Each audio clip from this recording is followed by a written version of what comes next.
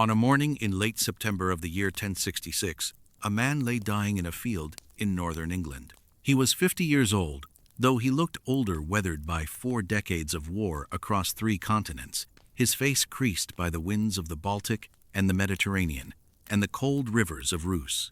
An arrow had taken him in the throat. The wound was not immediately fatal, but it was enough. Blood pooled in the trampled grass beneath him, mixing with English mud. He was enormous. Even sprawled on the ground, the dying man dwarfed the corpses around him. The sagas would later claim he stood 5 ells tall, roughly 6'6" by modern reckoning, and while medieval sources exaggerate such things, the bones that still exist suggest this was no exaggeration. He had been, for most of his life, the largest man in any room he entered, the tallest warrior on any battlefield. His hair had been dark gold in youth, now streaked with gray. His hands, even in death, were the hands of someone who had killed men on 4 separate continents and accumulated more wealth than most kings would see in a lifetime. Around him, the battle was still being decided. Thousands of men hacked at each other with axes and swords across a stretch of ground near a wooden bridge, the air thick with screaming and the particular wet sound of iron meeting flesh. His army, Norwegians mostly, hardened raiders who had followed him from Scandinavia, was beginning to waver. They had crossed the North Sea expecting easy conquest. They had found something else entirely. The dying man's name was Harald Sigurdsson. History would remember him as Harald Hardrada, Harald the Hard Ruler, Harald the Severe, though he had earned other names in other places. In Constantinople, where he had spent 15 years as a mercenary commander, they had called him Araltes. In Kiev, where he had married a princess and plotted his return to power, he had been known simply as the Varangian. Among the Saracens he had fought in Sicily and North Africa, he had no name at all, only a reputation, a warning, a description of a giant Northman who burned ships and took no prisoners. He had been, by any reasonable measure, the most successful Viking warrior who ever lived. Not the most famous, that honor belongs to figures half legendary, to Ragnar Lodbrok and Ivar the Boneless, men whose existence historians still debate. But Harald was real. The records of his deeds survive not in sagas alone, but in Byzantine tax documents, in Arabic geographical treatises, in the administrative records of the Varangian Guard. He fought in Jerusalem before the First Crusade was dreamed of. He accumulated enough gold to buy a kingdom. He ruled Norway for 20 years with an iron competence that his subjects feared and his enemies respected. And now, on a September morning in 1066, he was bleeding out in a field in Yorkshire, killed by an English arrow in what would prove to be the last major Viking invasion of Britain. He could not have known, no one standing on that field could have known, that his death marked the end of something. Not just a battle, not just an invasion, but an entire age. The Viking Age, which had begun nearly 3 centuries earlier with the raid on Lindisfarne, which had reshaped every coastline from Ireland to the Caspian Sea, which had produced explorers and conquerors and traders who bound together a world that did not know it was connected. That age was dying with him. 19 days after Harald fell at Stamford Bridge, another battle would be fought at Hastings, and the man who won it would create a new England, a new Europe, a new political order that would have no place for Scandinavian sea kings. Harald Hardrada was the last of his kind, the last Viking warrior to seriously threaten a Western European throne, the last Norse adventurer to serve in the legendary Varangian Guard, the last man alive who had fought under the walls of Constantinople and Baghdad and Jerusalem, who had seen the Mediterranean and the Baltic and the Black Sea, who carried in his memory a mental map of the medieval world more complete than any atlas then in existence. This is the story of how he became that man, and what it cost, and what it meant that such a life was possible at all. But before we can understand Harald, we must understand where he came from, not just the fjord and the farm, but the moment, the specific configuration of forces that made a career like his thinkable, because Harald Hardrada did not appear from nowhere. He was the product of a transformation that had been underway for 2 centuries, and to see him clearly, we have to see the world that made him. The sources for Harald's life are better than we might expect for an 11th century Norse warrior, though they are far from perfect. The primary narrative comes from Snorri Sturluson's Heimskringla, written in Iceland around 1230, roughly 170 years after the events it describes. Snorri was a brilliant prose stylist, a sophisticated political operator, and a man with his own agendas.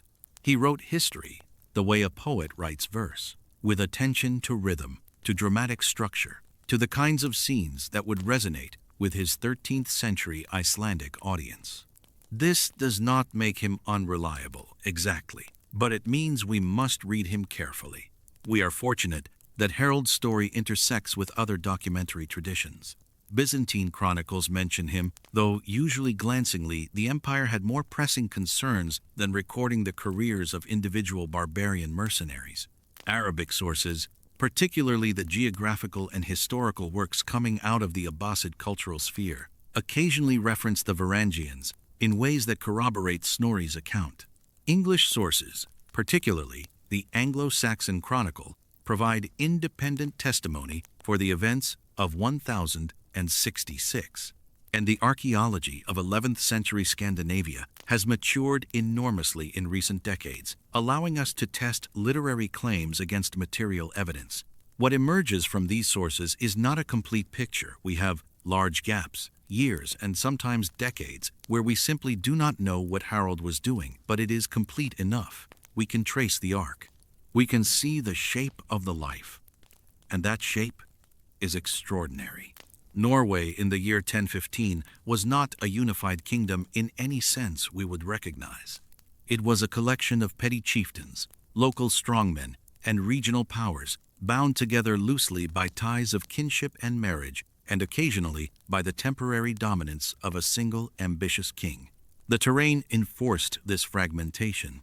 Norway is a country of fjords and mountains, of isolated valleys that might as well be separate nations, of coastal communities connected more easily by water than by any overland route. To rule Norway was not to govern a territory, but to maintain a network of alliances, of intimidation, of the personal loyalties that bound warriors to lords and lords to kings. Harald was born in 1015 into one of these networks. His father was Sigurd Syr, a petty king who controlled a territory in the eastern part of the country called Ringerike. Sigurd was a careful man.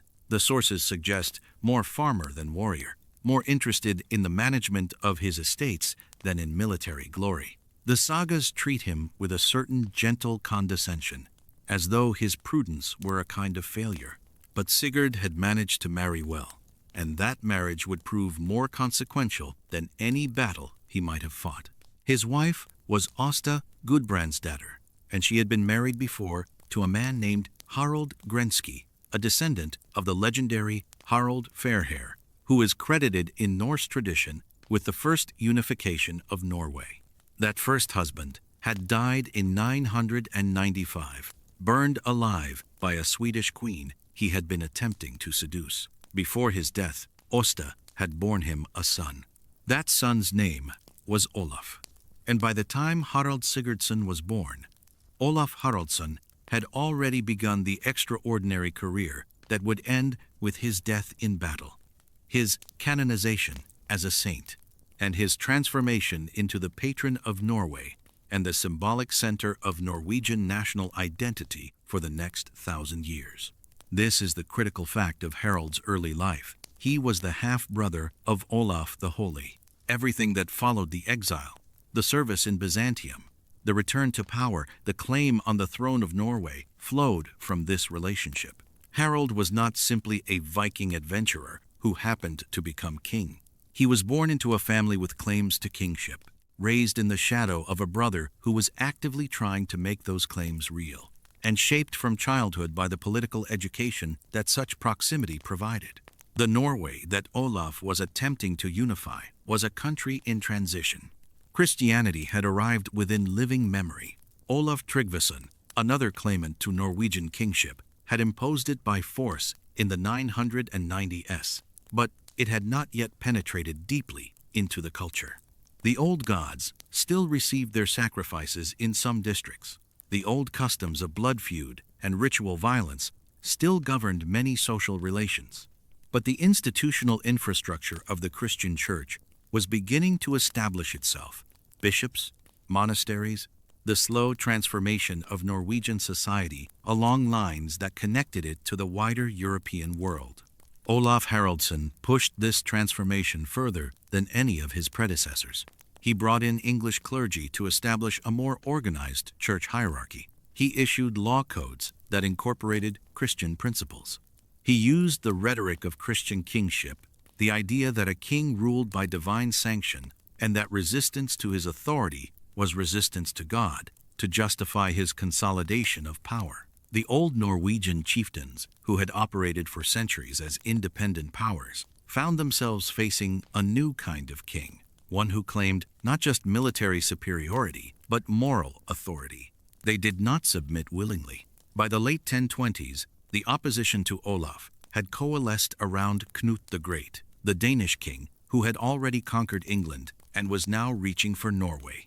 The Norwegian chieftains, who resented Olaf's centralizing ambitions, found in Knut a patron willing to support their resistance. And in 1028, Knut arrived with a fleet large enough to make the point inarguable. Olaf, facing a coalition he could not defeat, fled into exile. Harald Sigurdsson was 13 years old. He had spent his childhood at the court of a king, his half-brother, watching the mechanics of power, absorbing the lessons of alliance and betrayal that would shape his entire life.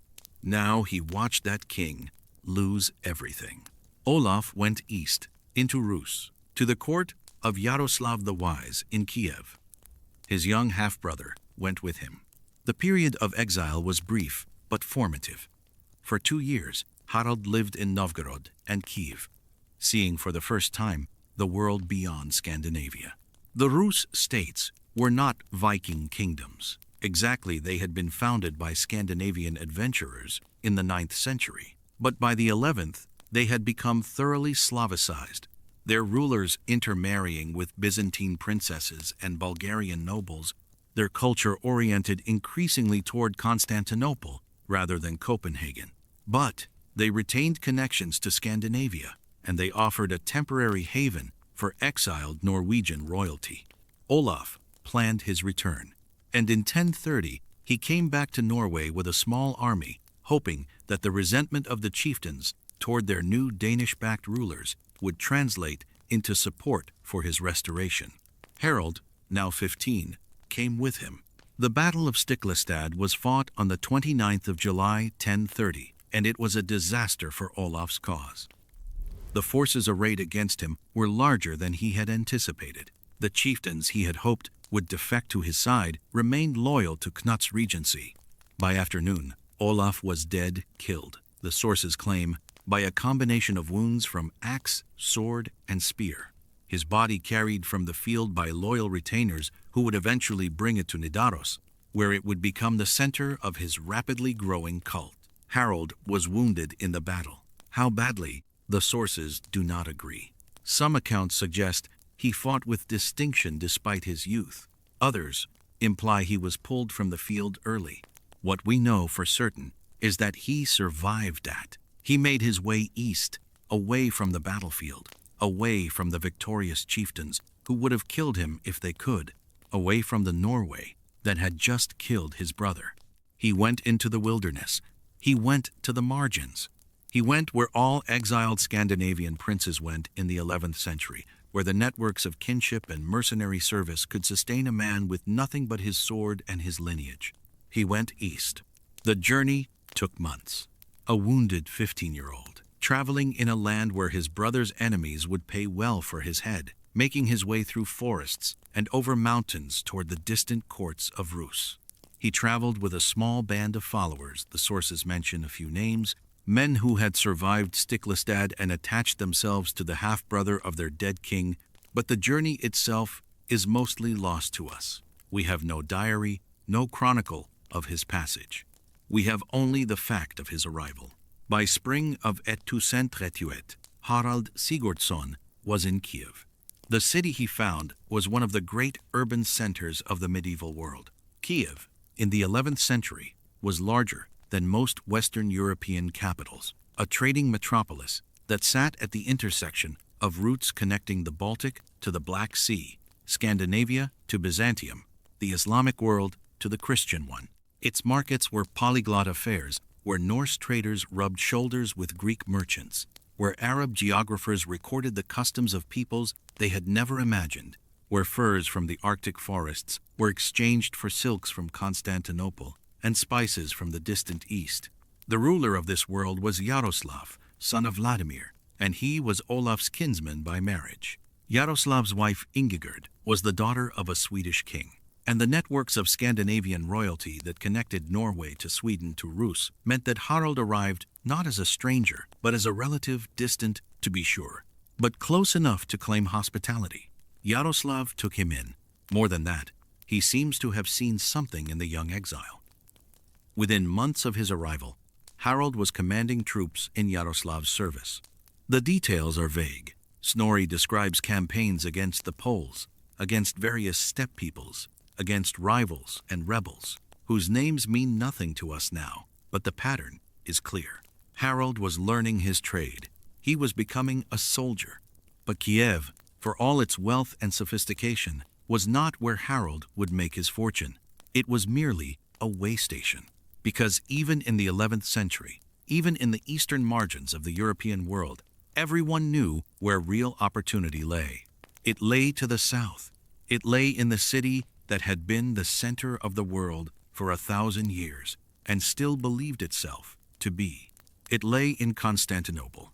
To understand what Constantinople meant to a young Scandinavian warrior in 1034, you have to first understand what it was.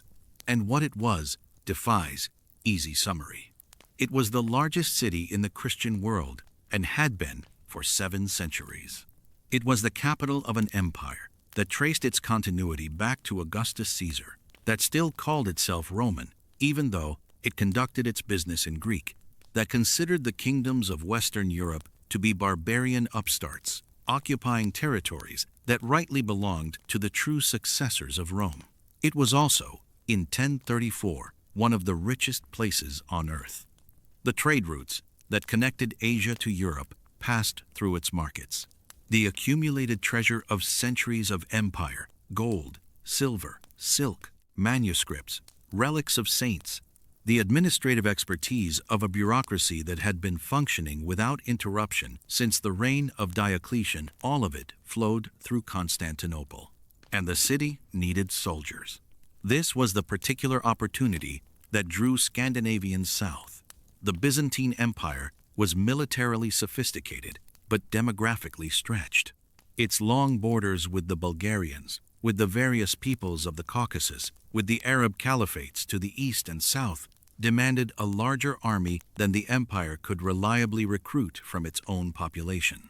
The solution, developed over centuries, was to hire foreigners. The most prestigious of these foreign units was called the Varangian Guard. The Varangians had been recruited initially from the Rus, the Scandinavian-descended rulers of Kiev and Novgorod in the late 10th century. By Harald's time, the Guard had become predominantly Norse, filled with Danes and Swedes and Norwegians who had made their way south along the river routes through Rus. They served as the emperor's personal bodyguard, the most trusted military unit in Constantinople, precisely because they had no local ties, no family connections that might make them susceptible to the endless factional politics of the Byzantine court. They were paid magnificently. They were given the right to plunder. They were, for a Viking warrior, with nothing but his sword and his name, the highest-paying military employment available anywhere in the medieval world. Harald arrived in Constantinople in 1034. He was 19 years old. He had been a warrior for 3 years, an exile for 4. He had no money, no lands, no throne, nothing but the blood of Harald Fairhair in his veins, and a reputation for surviving what should have killed him. He enlisted in the Varangian Guard. The sources suggest he arrived with a company of 500 men, other Norwegian exiles, probably, plus various warriors he had recruited, in Rus, men who had attached themselves to his growing reputation and were willing to follow him into the service of a foreign emperor. This was not unusual. Varangians often arrived in units, and the Byzantine military was pragmatic about absorbing them. What was unusual was how quickly Harald rose. Within months, the sources tell us, he was commanding Varangians in the field. Within a year, he was leading independent operations. By 1036, he was being sent on missions that took him to the far edges of the Byzantine world and beyond it. The details of these campaigns blur together in the sources, and scholars have spent considerable energy trying to separate the plausible from the legendary. What we can say with confidence is this. Over the next 15 years, Harald Sigurdsson fought in Sicily against the Arabs, in Bulgaria against rebels, in the eastern Mediterranean against various pirates and enemies of the empire. He may have traveled to Jerusalem while it was still under Muslim control, decades before the First Crusade would make such journeys a European obsession. He may have raided into North Africa, into territories controlled by the Fatimid Caliphate. He certainly accumulated wealth on a scale that would have been unimaginable to the petty Norwegian chieftains of his father's generation. The Byzantine sources that mention him describe a capable commander, a man who understood siegecraft and naval warfare and the complex logistics of medieval military operations. They also describe someone ruthless. There are stories how reliable we cannot know of atrocities, of prisoners killed, of surrendered cities sacked. One account, which may be apocryphal, describes Harald solving the problem of a siege by capturing birds that nested in the target city, attaching lit materials to their feathers, and sending them back to start fires. Whether this particular story is true matters less than what it represents. Harald's reputation, even in Constantinople, was not that of a noble knight or a pious defender of Christendom. It was the reputation of a professional, a man who won, a man who did whatever winning required. And he was learning things, not just tactics, not just the operational art of commanding men in battle, but the deeper lessons of how empires worked. He was watching the Byzantine bureaucracy, the most sophisticated administrative system in the Western world, and understanding its principles. He was seeing how a state could function across vast distances, how taxation and law and military force could be coordinated in ways that the petty kingdoms of Scandinavia had never imagined. He was storing it all away, against the day when he might have a kingdom of his own to govern. The emperor he served for most of this period was Michael IV, a competent ruler who managed the empire's chronic crises with reasonable success. But Michael was sick. He had epilepsy, the sources suggest, or some similar condition, and Byzantine politics revolved constantly around the question of succession. Michael had risen to power through his marriage to the Empress Zoe, and it was understood that Zoe's next husband would likely become the next emperor. Harald was close to the center of these intrigues.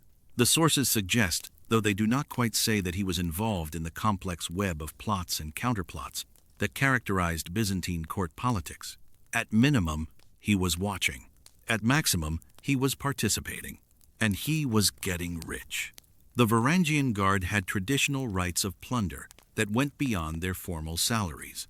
Most significant was the polutasvarf, the palace plundering, a custom that permitted the guard to take whatever they could carry from the imperial treasury upon the death of an emperor. Harald participated in at least one, possibly two, of these organized lootings. The amounts involved were staggering by Scandinavian standards. Gold, silver, precious stones, silks. Harald was accumulating the kind of wealth that could buy armies, that could purchase kingdoms. By the early 1040s, he was one of the most successful Varangian commanders who had ever served the empire. He was rich beyond the dreams of his ancestors. He held rank and honor in the greatest city in the Christian world, and none of it was enough, because Harald had never stopped thinking about Norway, about the throne that should have been his brother's, that was now held by Magnus, Olaf's son, about the kingdom that had killed one half-brother and driven out the other. The exact sequence of events that led to Harald's departure from Byzantine service is unclear. The sources tell a story involving conflict with the new emperor, Constantine IX, possibly over money, possibly over Harald's alleged pursuit of the empress herself. There may have been a imprisonment, an escape, some dramatic flight from the city under cover of darkness. What we know for certain is that by 1044, Harald Sigurdsson had left Constantinople. He traveled back through Rus, back through the courts, where he had been a penniless exile a decade before. He came now as a wealthy man, a famous commander, a figure of reputation and resources. In Kiev, he married. The woman's name was Elisiv Elizaveta in its Slavic form, and she was the daughter of Yaroslav the Wise himself. The exile, who had arrived in Rus 14 years earlier with nothing but his wounds and his lineage, was now the son-in-law of one of the most powerful rulers in Eastern Europe. He gathered his gold sent ahead, the sources say, during his Byzantine service, shipped north in installments to accumulate in the vaults of Yaroslav's treasury. The amounts, if Snorri's numbers are to be believed, were extraordinary. Enough to fund an army. Enough to buy a kingdom. In 1045, Harald Sigurdsson left Kiev and turned west. He was 30 years old. He had spent half his life in exile, fighting other people's wars, accumulating wealth and experience and reputation in places far from home. Now he was going back to Norway. He was going to claim his inheritance. The Norway that Harald returned to in 1045 was not the Norway he had fled in 1030. 15 years had changed everything and nothing. The fundamental structures remained the local jarls, the regional things, the farmers and traders and warriors who owed allegiance to whoever proved strong enough to command it. But the political situation had transformed beyond recognition. Magnus Olafsson sat on the Norwegian throne. The son of Saint Olaf, now in his early 20s, had returned from his own exile in Rus to claim his father's kingdom in 1035. The circumstances of his return tell us something about how power actually worked in medieval Scandinavia. Knut the Great, who had driven Olaf out and assembled his North Sea Empire, died in 1035. His empire immediately began to fragment. His sons were young, his subordinates ambitious, his conquests held together by little more than his personal reputation. The Norwegians, who had welcomed Knut as a liberator from Olaf's heavy hand, discovered that Danish overlordship had its own costs. Within a year of Knut's death, they had sent for Olaf's son. Magnus had been 11 years old when his father died at Stiklestad. He had spent the intervening years at Yaroslav's court in Kiev, the same court that had sheltered Harald, though they had not overlapped there. When the summons came, Magnus returned to Norway and was acclaimed king. By the time Harald arrived in Scandinavian waters, Magnus had been ruling for a decade.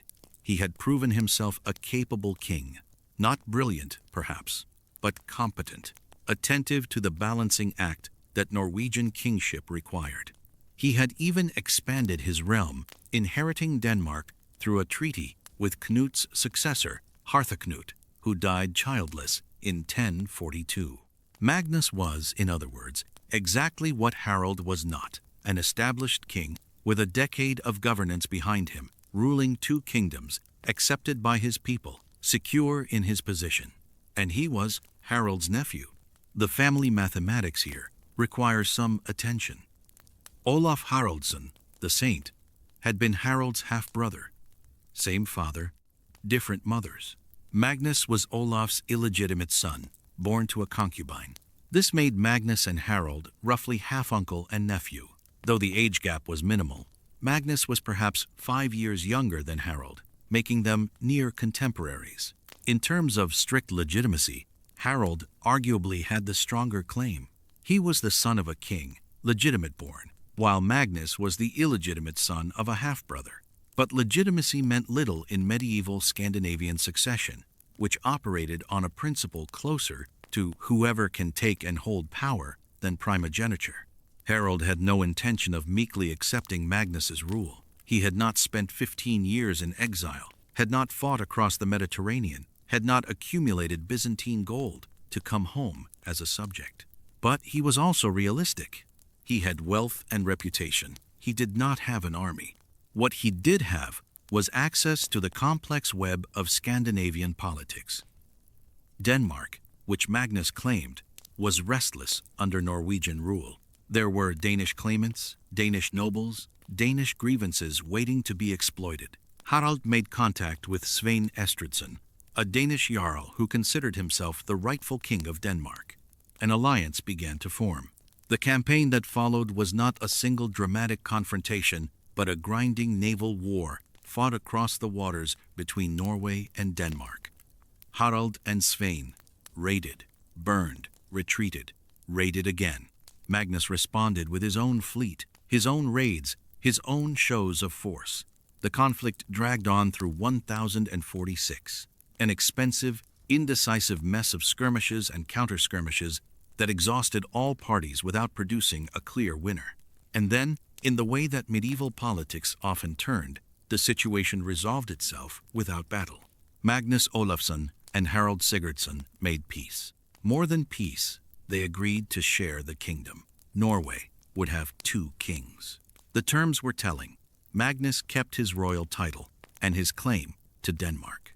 Harald received half of Norway's revenues and the status of co-king. But there was an exchange. Harald's Byzantine gold, that vast treasure accumulated over a decade of service and palace plundering, was divided between them. The uncle bought his way to the throne with the emperor's gold. Why would Magnus accept such an arrangement? The sources suggest several factors. The war was expensive and inconclusive. Harald's wealth made him a more dangerous enemy than Magnus could afford. There may have been pressure from the Norwegian nobility, who had no desire to see the country torn apart by civil war between 2 members of the same family, and Magnus may have calculated that sharing power with Harald was better than risking everything in a fight to the finish. The 2 kings ruled together for roughly a year. It was an uneasy arrangement from the start.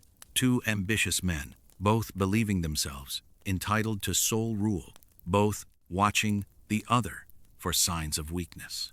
The saga accounts preserve fragments of their relationship, arguments over precedence, tensions over policy, the constant, low-grade friction of shared authority. Harald, according to Snorri, was the more aggressive of the 2, pushing for raids and military action where Magnus preferred diplomacy. Magnus, for his part, was the established king dealing with an interloper who had essentially bought his way into power. The situation could not have lasted. One of them would eventually have moved against the other. But before that could happen, fate intervened in the form most common to medieval kings, an early death. In the autumn of 1047, Magnus fell ill. The specific cause is unclear. The sources mention a fall from a horse, then a fever, then rapid decline. He was 23 or 24 years old, in apparently good health, and within days he was dying. On his deathbed, Magnus made a decision that would shape the next 2 decades of Scandinavian history. He confirmed Harald as his successor in Norway. But Denmark he bequeathed to Svein Estridsson, the same man who had allied with Harald against him just a year before. Whether this was generosity, political calculation, or spite toward Harald, we cannot know. The effect was immediate. Harald was now king of Norway alone, but his claim to Denmark had been undercut by his own predecessor's dying wish. Harald did not accept the settlement. He would never accept it. For the next 15 years, he would wage intermittent war against Svein for control of Denmark, burning towns, raiding coasts, fighting inconclusive sea battles that accomplished little except devastation. This obsession with Denmark, an obsession that would consume resources and attention for a decade and a half, tells us something essential about Harald's psychology. He was not a man who could accept limitation. Half a kingdom was not enough. A kingdom was not enough. He needed more, always more. The horizon always receding ahead of him. But we are getting ahead of ourselves. In 1047, Harald Sigurdsson became sole king of Norway. He was 32 years old. He had been a warrior since 15, an exile for most of his adult life, a servant of foreign emperors. Now, finally, he ruled in his own right. The man who took the Norwegian throne was not the same wounded boy who had fled Stiklestad. Harald had been transformed by his years in the south, not just seasoned, but fundamentally reoriented in his understanding of what kingship could mean. The Norway he inherited was, by Byzantine standards, barely a state at all. It was a collection of regions, bound together by custom and personal loyalty, governed through consensus and the constant threat of noble rebellion, held together by a king's ability to reward followers and punish enemies. There was no treasury in any real sense, no standing army, no bureaucracy. The king's power rested on his personal warband, his ability to collect taxes and tribute from a population that resented paying them, and his skill at navigating the endless factional politics of the Norwegian aristocracy. Harald had seen something different. In Constantinople, he had seen what centralized power looked like, a state that could field professional armies, maintain a standing fleet, collect taxes efficiently, enforce laws uniformly across vast distances. He had seen the apparatus of empire, the bureaucrats, the treasuries, the organized violence that could be deployed at imperial command. He had served that apparatus and profited from it, and understood, at least partially, how it functioned. Now he set about trying to build something similar in Norway. The methods he used were not subtle. Harald ruled with an iron hand that the sagas describe in terms alternating between admiration and horror. He broke the power of the Norwegian aristocracy with systematic ruthlessness. Jarls who showed signs of independence found their lands confiscated, their families killed or exiled, their power transferred to men more loyal to the crown. The traditional rights of the regional things, the assemblies where free men had gathered to make law and resolve disputes, were subordinated to royal authority. Where earlier Norwegian kings had ruled through persuasion and alliance, Harald ruled through fear. The sources preserve specific examples. Einar Tambarskjellfir, one of the most powerful nobles in Norway, was murdered along with his son at a meeting called by the king, an act of treachery that shocked contemporary observers, but permanently eliminated a rival power center. Hakon Ivarsson, another major aristocrat, fled to Denmark rather than face Harald's displeasure. The pattern was consistent. Anyone who accumulated too much power, anyone who seemed to represent a potential challenge, was removed. This was not mindless brutality. Harald was implementing a political program, consciously or unconsciously, drawing on what he had learned in Byzantine service. A strong state required a weak aristocracy. Royal power required the elimination of competing power centers. The king must be the only lord who mattered, the only source of patronage and punishment. He also worked to control the church, that other potential rival to royal authority. Norwegian Christianity was still young, still being consolidated after Olaf's forced conversions a generation earlier. The church represented a competing source of legitimacy, an institution that answered to Rome rather than to the king, that might support or condemn royal actions according to its own logic. Harald kept the church close, appointed bishops he could control, used ecclesiastical resources for royal purposes. He was not irreligious. There is no evidence he doubted Christian doctrine, but he treated the church as a tool of governance, not an independent moral authority. The taxation system he developed was more thorough than anything Norway had seen before. Royal agents traveled throughout the kingdom collecting levies with an efficiency that left little room for the traditional evasions and negotiations that had characterized earlier reigns. Harald needed money for his wars against Denmark, for his fleet, for the display and patronage that maintained his position, and he extracted it without sentiment. All of this made Harald deeply unpopular with significant portions of the Norwegian population. The aristocracy hated him for obvious reasons. The farmers resented his taxes and his high-handedness. The church maintained a correct but cold relationship with a king who treated them as servants rather than partners. The consensus among modern historians is that Harald was building something genuinely new in Norway, a more centralized, more powerful, more efficient state, but that he was building it on foundations of fear, rather than consent. The sagas give him a nickname that has stuck, Hardrada. In Old Norse, it means something like hard ruler or hard counsel, a man who took the hard line, who chose severity over mercy, who preferred to be feared rather than loved. The nickname was not a compliment, though later ages would sometimes treat it as one. But Harald was more than a tyrant. The same sources that record his cruelty also record his intelligence, his wit, his genuine accomplishments as a ruler. He was a poet, composing verses in the traditional skaldic style, often about himself and his exploits, displaying the kind of clever wordplay that marked a cultivated Norse aristocrat. He was a strategic thinker who understood naval warfare, fortification, the logistics of campaigning. He founded Oslo, or at least developed it from a small trading post into something approaching a proper city, establishing it as a royal residence and commercial center. Under his rule, Norwegian trade expanded, and Norwegian power projected further than it had in a generation. He was also, by all accounts, physically impressive, the very model of what a Viking king was supposed to be. The sources describe him as exceptionally tall, perhaps 6.5 feet, with a fair complexion and blonde hair that darkened as he aged.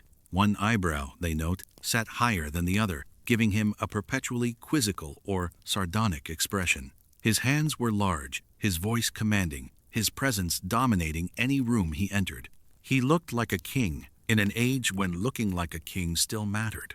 The domestic picture that emerges from the sources is surprisingly complex. Harald had married Elisiv, Yaroslav's daughter, in Kiev before returning to Norway. But he also took a Norwegian woman, Thora Torbergsdatter, as a concubine or perhaps as a second wife, in the older Norse fashion that Christianity was still working to eliminate. The two women coexisted in Harald's household, producing sons who would eventually contest the succession. Elisiv seems to have been the higher status wife, the foreign princess whose marriage had sealed an alliance. Thora seems to have been closer to Harald's daily life, the mother of the sons he spent more time with. The arrangement was not unusual for the time, but it suggests a man who compartmentalized his life, who maintained parallel relationships without apparent conflict. Throughout the 1050s and into the 1060s, Harald continued his war against Denmark. The campaigns blur together in the sources' raids on the Danish coast, burning of towns, naval battles fought in the sounds and straits between the Scandinavian lands. Svein Estridsson proved impossible to defeat. He had fewer resources than Harald, commanded a less unified kingdom, but he had the one thing Harald could not take from him: time. Every year that the war continued without decisive victory was a year that Svein remained king of Denmark. Every inconclusive battle was a defeat for Harald's ambitions. The destruction was considerable. Towns burned, farms raided, populations displaced. Harald's tactics were deliberately brutal, designed to terrorize the Danes into submission. But submission never came. The Danes endured, rebuilt, waited for Harald's attention to wander elsewhere. The conflict reveals Harald's limitations as a ruler. He was superb at winning battles, but less skilled at converting military success into lasting political achievement. He could burn a town, but not hold it. He could defeat Svein's forces, but not eliminate Svein himself. The strategic patience required for genuine conquest, the long-term investment in occupation, administration, the building of local support, seems to have been beyond him. He wanted victory, the dramatic resolution, the decisive moment. The slow grind of consolidation held no appeal. By the mid-1060s, Harald was in his 50s old by medieval standards, though still vigorous, still dangerous. He had been king of Norway for nearly 2 decades. He had transformed the country, centralized power, broken the aristocracy, built something closer to a real state than Norway had ever possessed. He was feared throughout the north, respected by some, hated by many, and he was frustrated. Denmark remained beyond his grasp. The great conquest that would crown his reign, that would make him the dominant power in Scandinavia, had eluded him. His wealth was considerable but diminished by by 2 decades of inconclusive warfare. His health was still good, but time was running out. Then, in January of 1066, something happened across the North Sea that would change everything. Edward the Confessor, King of England, died without a direct heir. The throne passed, or seemed to pass, to Harald Godwinson, the most powerful noble in the kingdom, who claimed that Edward had designated him successor on his deathbed. But Harald Godwinson was not the only man who believed he had a claim to England. William, Duke of Normandy, insisted that Edward had promised the throne to him years earlier, and that Harald himself had sworn to support that claim. The stage was set for what would become one of the most consequential power struggles in European history. And Harald Hardrada, aging King of Norway, saw an opportunity. The claim that drew Harald across the North Sea was neither the strongest nor the weakest in the crowded field of 1066. It traced back to Harthacnut, the Danish king who had ruled England from 1040 to 1042, and to an agreement supposedly made between Harthacnut and Magnus the Good of Norway. The details are murky, filtered through sagas written generations later, but the essence was this: Magnus and Harthacnut, having made peace between Norway and Denmark, agreed that if either died without heirs, the other would inherit his kingdom. Harthacnut died first, in 1042, and Magnus claimed the right to England. He never acted on it. Denmark occupied his full attention, but the claim passed, at least in Norse legal thinking, to his successor. That successor was Harald Hardrada. The logic was tenuous. The agreement, if it existed at all, had been between two men now dead for over 2 decades. Edward the Confessor had ruled England for 23 years without anyone seriously pressing this supposed Norwegian claim. The English had no particular reason to recognize an agreement made by a Danish king that they had never consented to, and the direct line of succession, such as it was, pointed elsewhere entirely. But Harald Hardrada had not spent his life worrying about the strength of legal arguments. He had learned in Byzantium that crowns went to those who seized them. He had taken Norway itself by force, brushing aside Magnus's designated heir. The question was never whether his claim was legitimate. The question was whether he could make it stick. The opportunity seemed genuine. England in 1066 was not the unified island nation it would later become. It was a patchwork of old kingdoms: Wessex, Mercia, Northumbria, East Anglia, bound together by 2 centuries of increasingly centralized rule, but still marked by regional identities and local loyalties. The North in particular remained distinct, its population still bearing the cultural imprint of generations of Scandinavian settlement. The Danelaw, that swath of eastern and northern England where Viking settlers had established their own legal customs, had been politically incorporated into the English kingdom, but not entirely absorbed. There were men in Yorkshire and Northumbria who might welcome a Scandinavian king, or at least prefer one to the southern lordship of Harald Godwinson. Harald also had something Harald Godwinson did not: an ally inside England itself. Tostig Godwinson had been Earl of Northumbria until the previous year, when his subjects had risen against him in a revolt that his own brother Harald, then the leading noble in the kingdom, had declined to suppress. Exiled, humiliated, burning with resentment against the brother who had abandoned him and the kingdom that had rejected him, Tostig had spent months seeking any power that might help him take revenge. He had gone to William of Normandy, who had politely declined his services. He had raided the English coast with a small fleet, been driven off, and retreated to Scotland. And sometime in the spring or early summer of 1066, he had made contact with Harald Hardrada.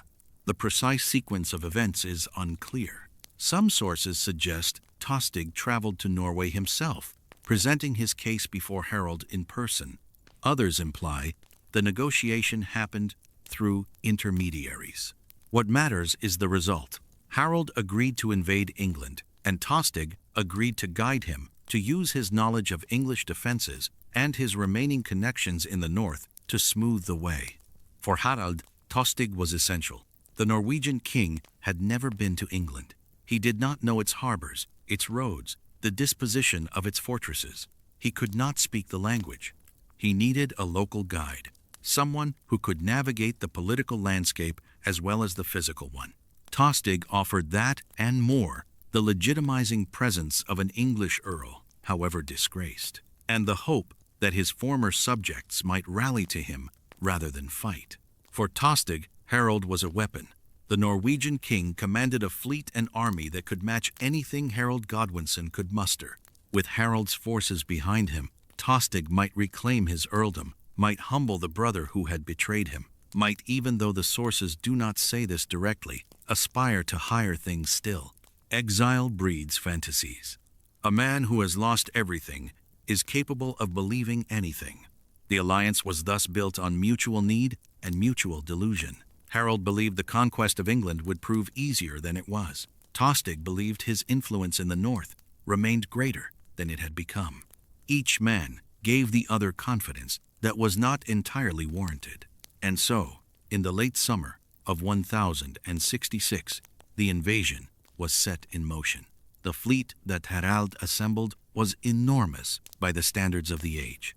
The sources give numbers that vary wildly. Some speak of 200 ships, others of 300, others of more. The most careful modern estimates suggest something in the range of 250 to 300 vessels, carrying perhaps 9,000 warriors, possibly more. This was not a raiding party. This was an army of conquest, the largest force to sail from Scandinavia since the great invasions of the early 11th century. Harald drew warriors from across Norway, professional fighters from his household, farmers serving their military obligations, opportunists drawn by the promise of English silver. He also pulled in reinforcements from the Norse colonies in Orkney and Shetland, islands that had been under Norwegian lordship for generations. The Earls of Orkney, Paul and Erland, joined the expedition with their own contingents, adding Scottish and island warriors to the predominantly Norwegian force. The preparations consumed the summer. Ships needed provisioning. Weapons needed sharpening. Men needed time to settle their affairs, to say what might be their last goodbyes.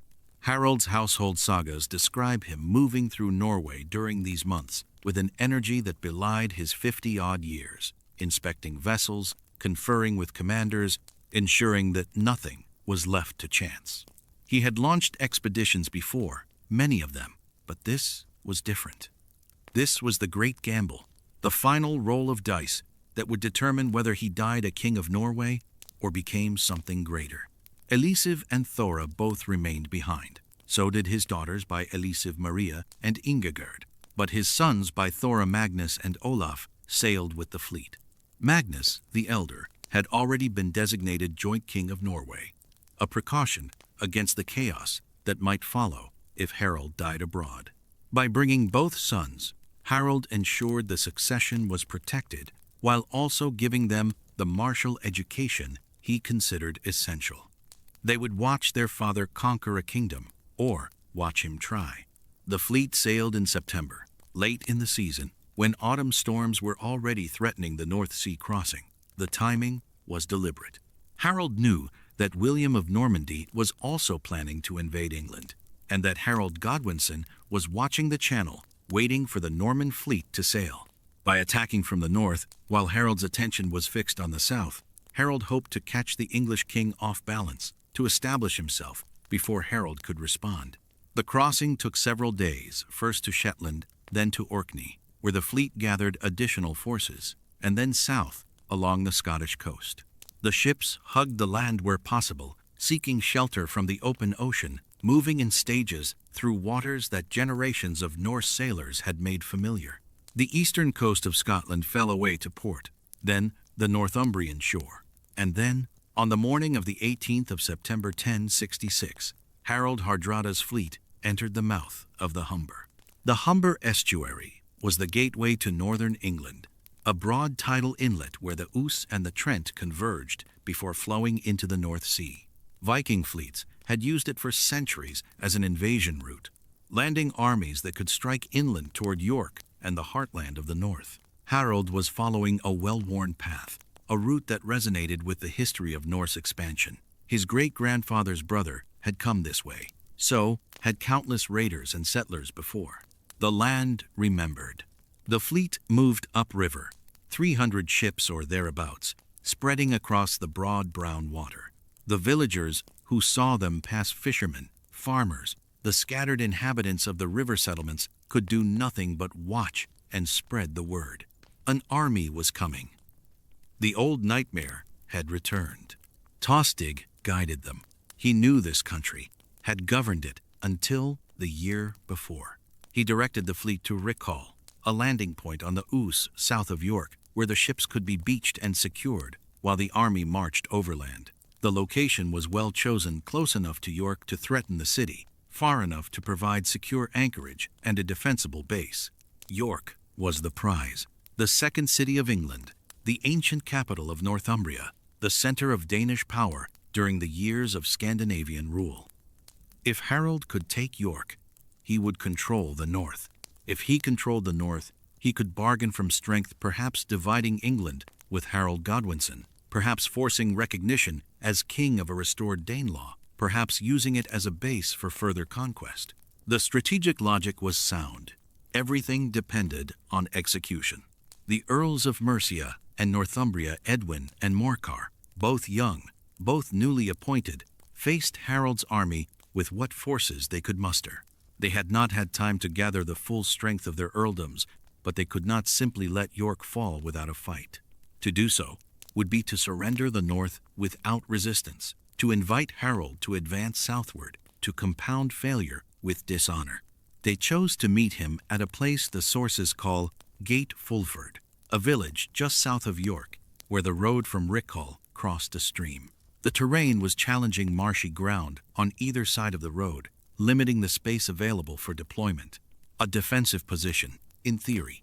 But Edwin and Morcar were not defending, they were attacking, trying to destroy the invasion before it could establish itself. The battle that followed, on September 20, was a catastrophe for the English. The details are fragmentary, pieced together from Norse sagas and the brief notices in the Anglo-Saxon Chronicle. The English forces were substantial, several thousand men at least, drawn from the warrior retinues of the two earls, and whatever local levies could be assembled on short notice. They faced an army that outnumbered them and outclassed them in experience. Harald commanded from the center, visible in his mail coat, towering above the men around him. He had been fighting since he was 15 years old. He had stood in the shield wall at Stiklestad, charged through the streets of Sicilian cities, broken Pecheneg cavalry on the steppes of Ukraine. The young earls across from him had never faced anything like this. The battle began well enough for the English.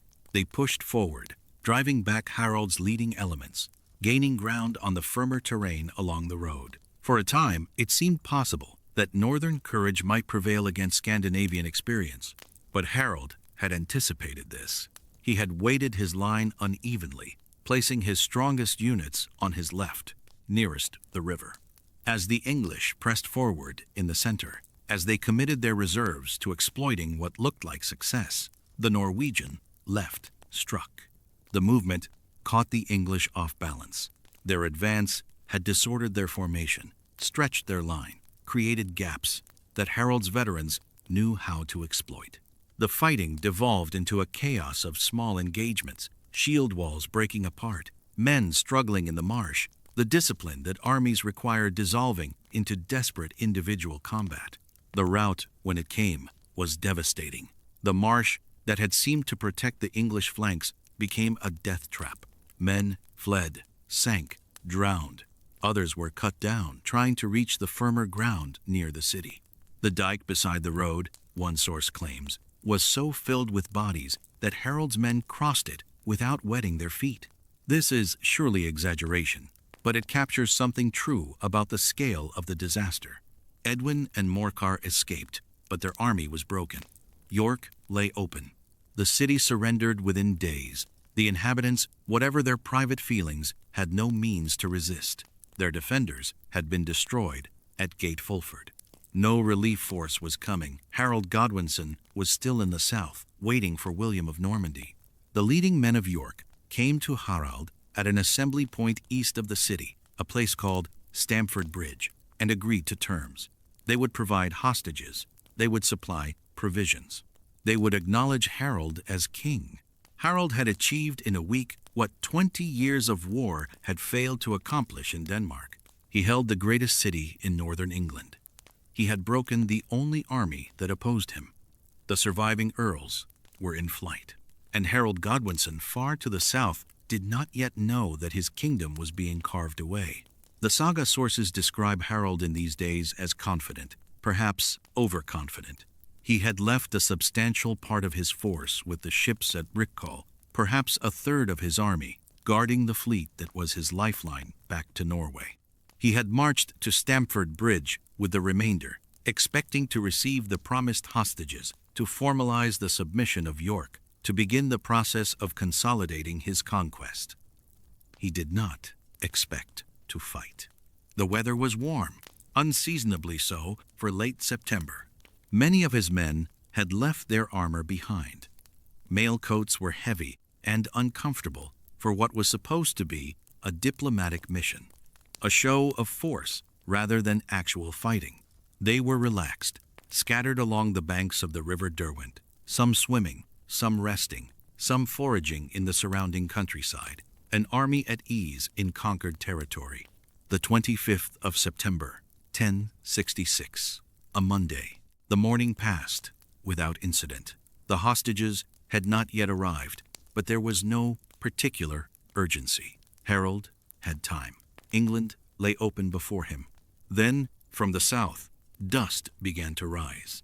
The men who first saw it thought perhaps it was the hostage party approaching a large group would raise dust on the dry roads. But the dust kept rising, spreading, growing into a cloud that suggested something more than a delegation of York's leading citizens.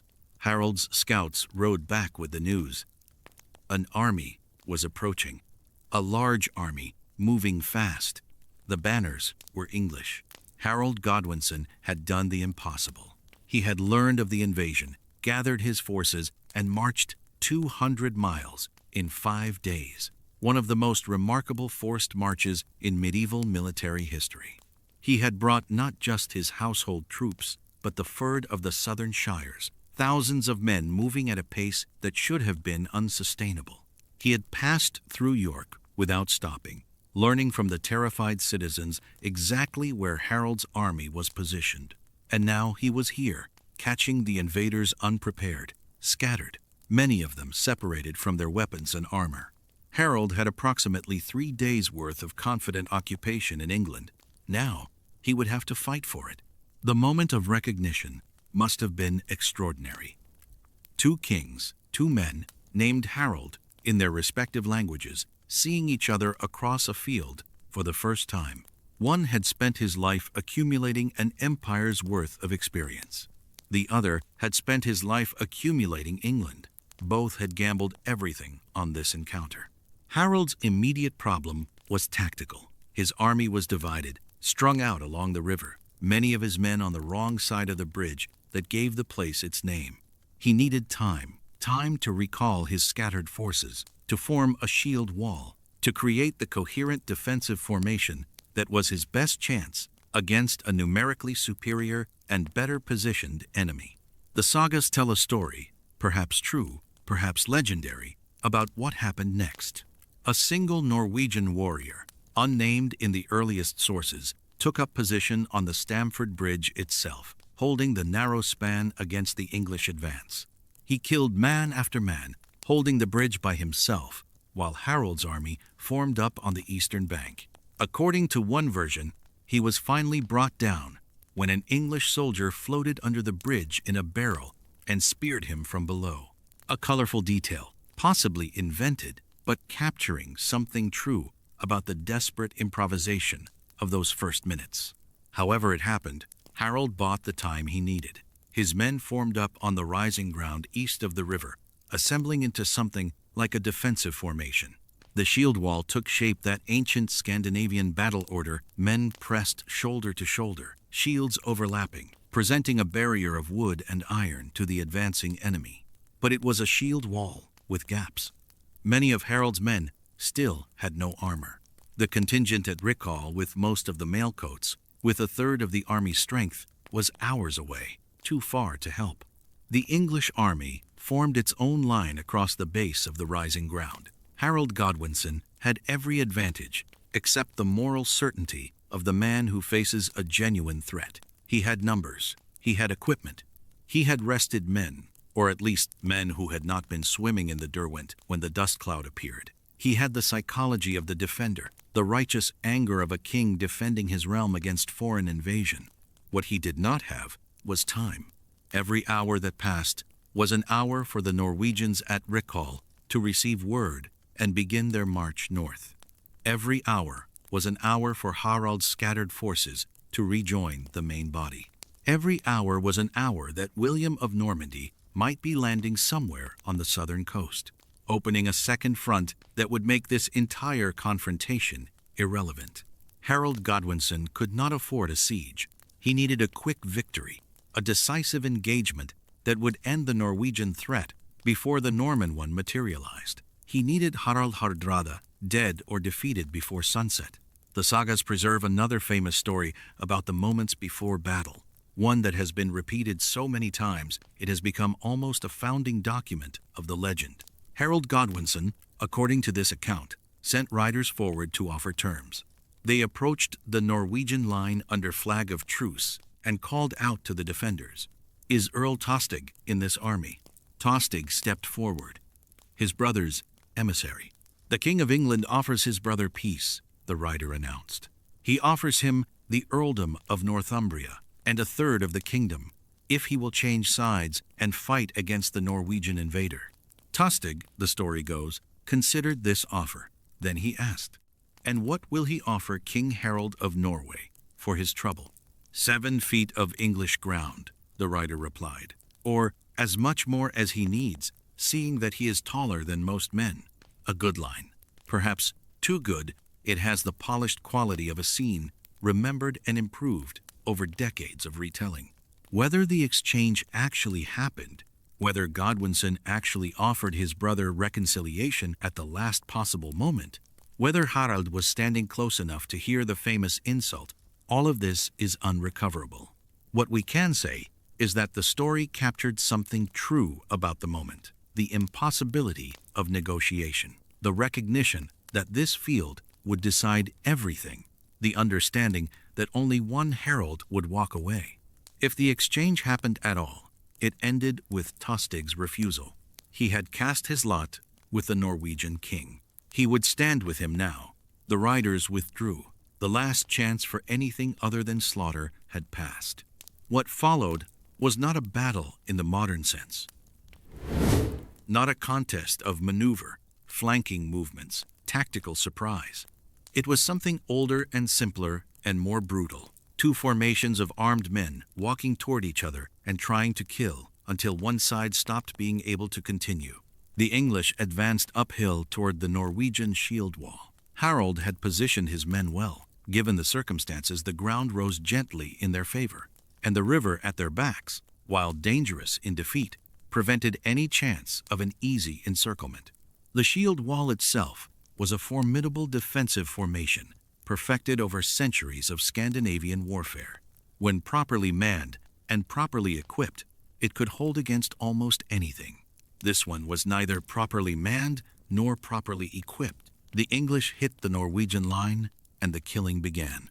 Shield against shield, axe against shield, sword finding the gaps between wooden rims, spears thrusting over and under the barrier. The noise must have been extraordinary, the crash of impact, the screaming of wounded men, the grunting exertion of men pushing against each other with every ounce of strength. This was the kind of fighting Harald had known his entire adult life. Constantinople, Sicily, Bulgaria, Denmark. He had stood in lines like this more times than he could count, had felt the pressure of bodies against his back, had seen men die inches from his face. But he had never commanded a line this poorly prepared.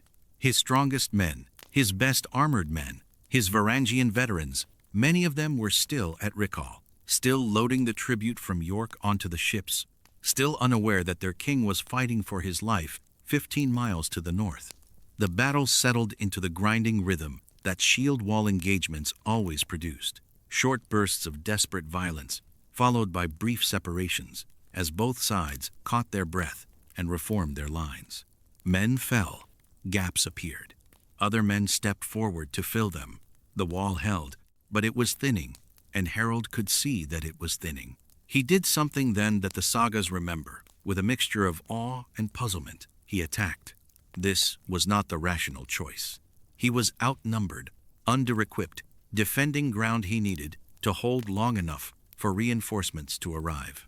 Every principle of tactical logic suggested he should stay in his defensive formation, absorb the English attacks, trade casualties at a favorable rate behind his shield wall, and wait. But Harald Hardrada had not become Harald Hardrada by waiting. He called for Landwaster, the great raven banner that had flown over his victories from the Bosporus to the Baltic. He gathered his household troops, his veteran warriors, the hard core of men who had followed him through decades of war, and he led them forward, out of the shield wall, into the English line in a personal charge that was either heroic or suicidal, depending on how the next few minutes unfolded. The saga tradition calls this a berserker rage. Perhaps it was. Perhaps the boy who had charged across the field at Stiklestad with the idealism of a 15-year-old had never entirely disappeared inside the calculating emperor's mercenary. Perhaps there was a moment when the tactical mind shut down and something older and more primal took over the warrior instinct that says attack, always attack, that victory goes to the man who refuses to accept the possibility of defeat. Or perhaps it was calculation of a different kind. Harald knew his men were wavering. He knew the shield wall was failing.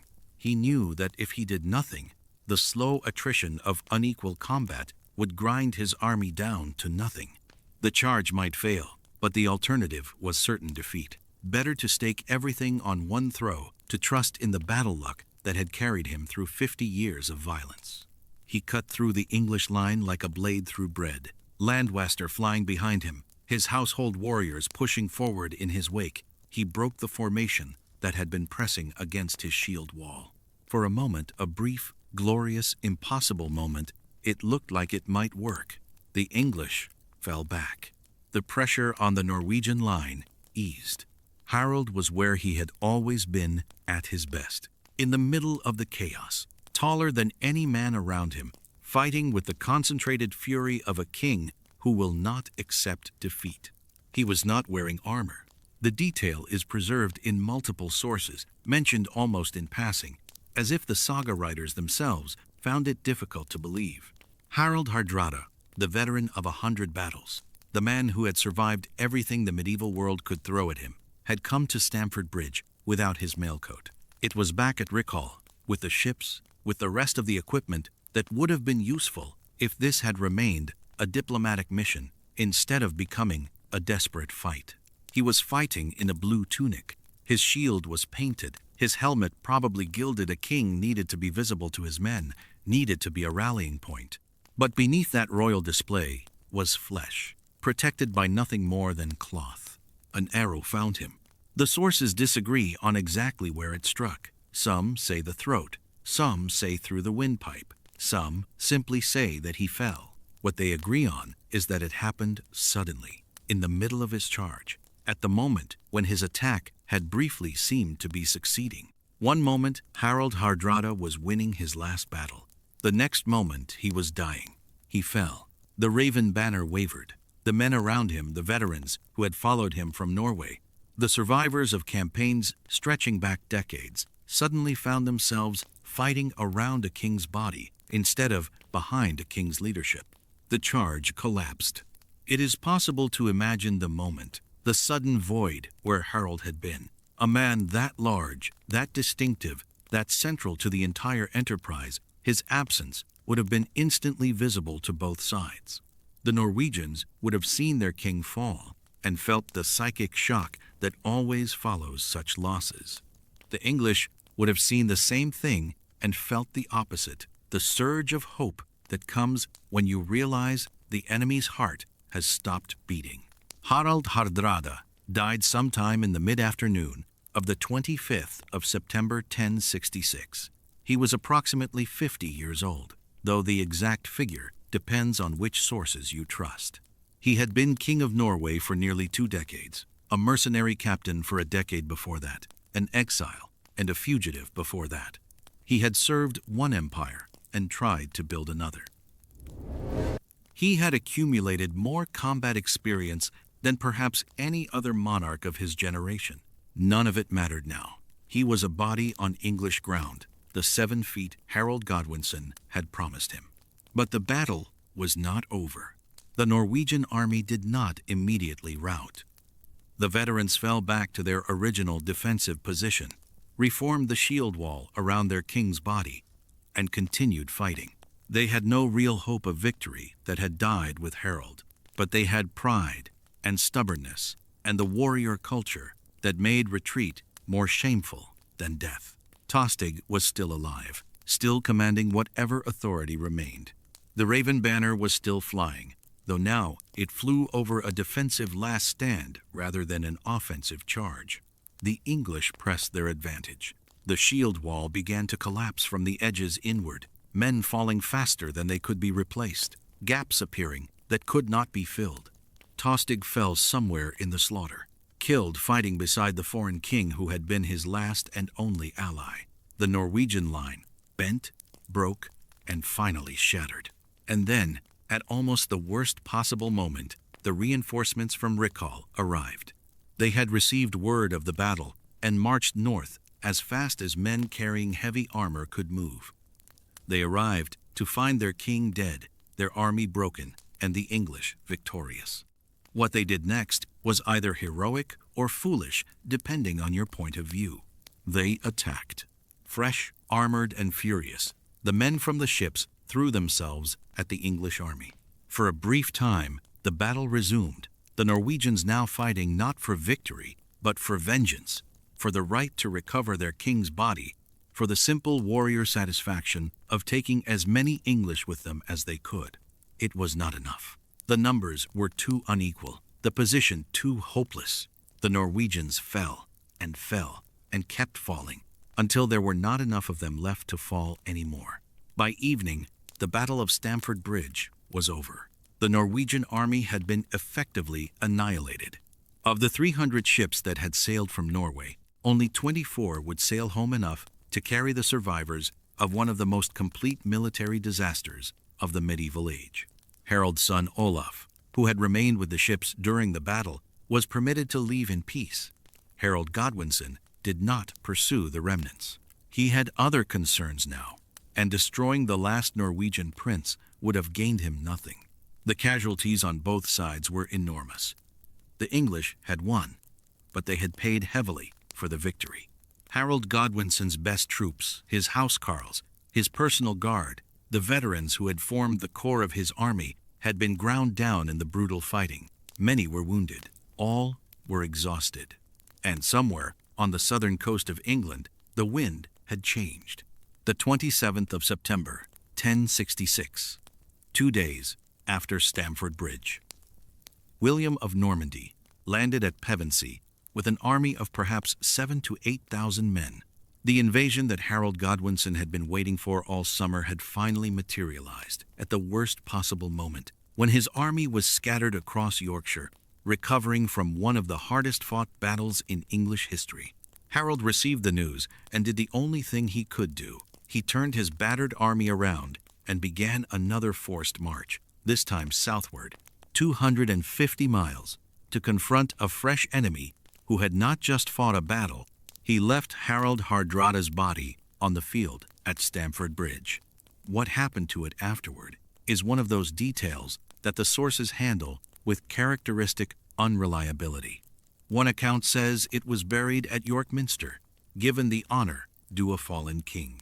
Another says it was eventually returned to Norway.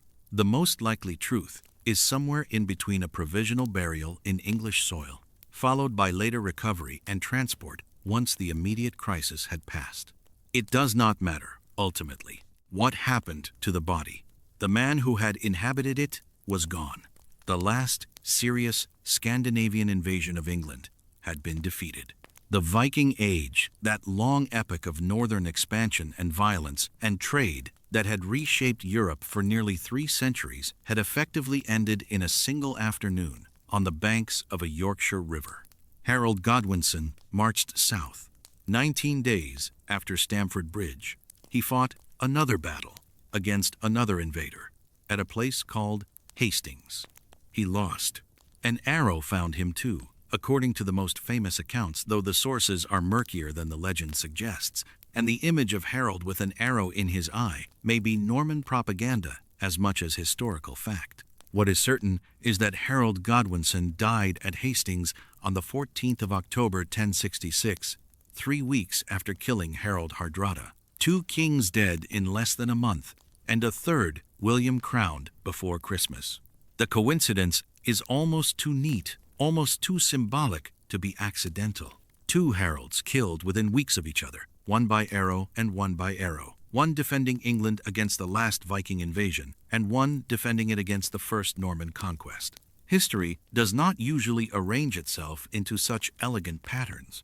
When it does, the effect is less like coincidence and more like irony, as if the forces that shape events were making a point about the limited options available to men caught between competing ambitions.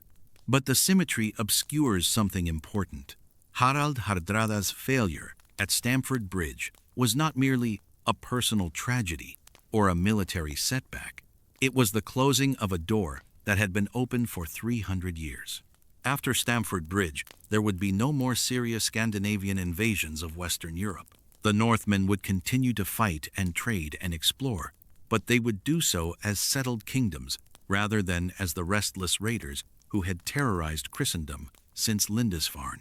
The Viking Age did not end because Vikings stopped being Vikings.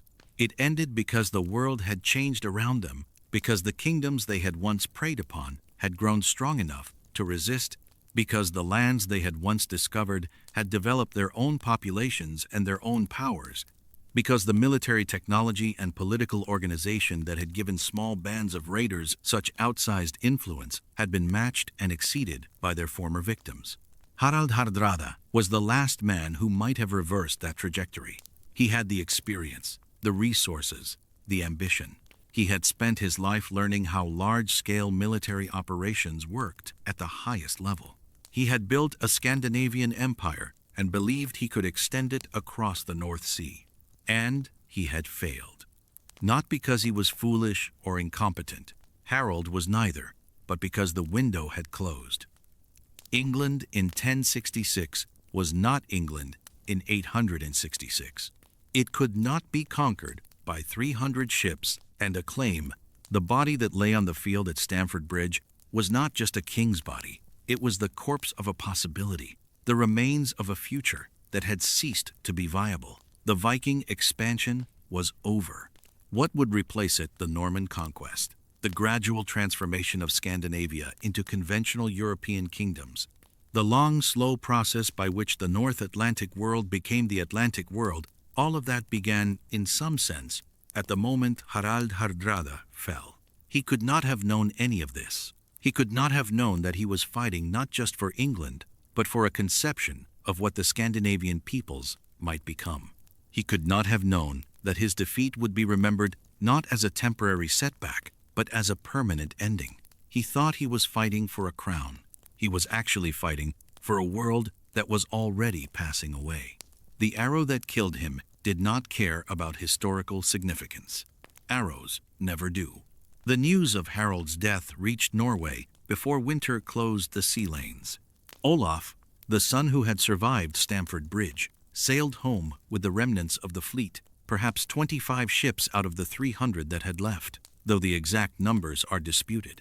Elizabeth, Harald's queen, learned that she was a widow for the second time.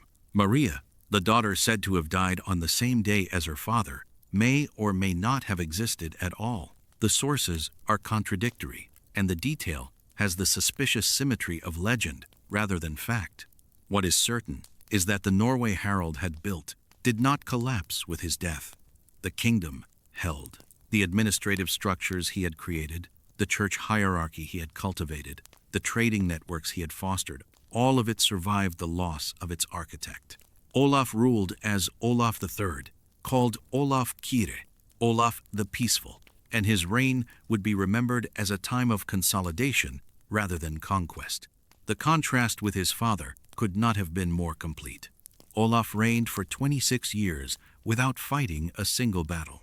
He founded the city of Bergen, encouraged trade with the continent, built churches, and maintained good relations with the kingdoms his father had spent his life trying to conquer or subdue.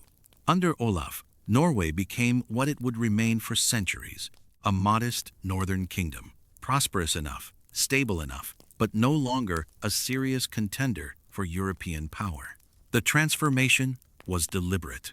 Olaf had seen what his father's ambition had cost, had watched the slaughter at Stamford Bridge, had helped carry the survivors home across a hostile sea. He had no desire to repeat the experience. The violence that had defined Harald's life became something Olaf systematically avoided. This was not cowardice. It was strategic realism.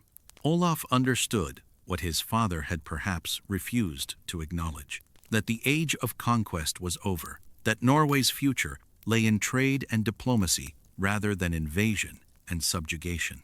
Harald had spent his life trying to expand. Olaf spent his reign trying to maintain. Both were rational responses to the circumstances they inherited, but Olaf's calculation proved more durable. The Norway he left to his successors was smaller in ambition, but more stable in practice than anything Harald had built. The woman Harald had married in Kiev outlived him by decades.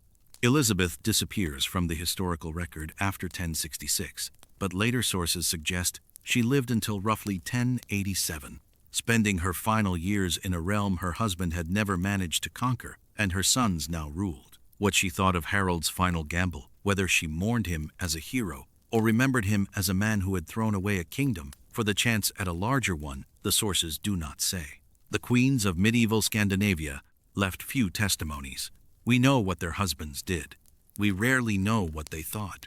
The body that remained on the English battlefield received, according to later Norwegian tradition, a peculiar journey. Harald Godwinson had permitted Olaf to collect it as part of the surrender terms, and the remains were supposedly brought back to Norway and interred at the Church of St. Place, Mary in Nidaros, the same city where Harald had established his court, but the archaeology is inconclusive, and the sources are late enough to be unreliable. We cannot say with certainty where Harald Hardrada's bones lie.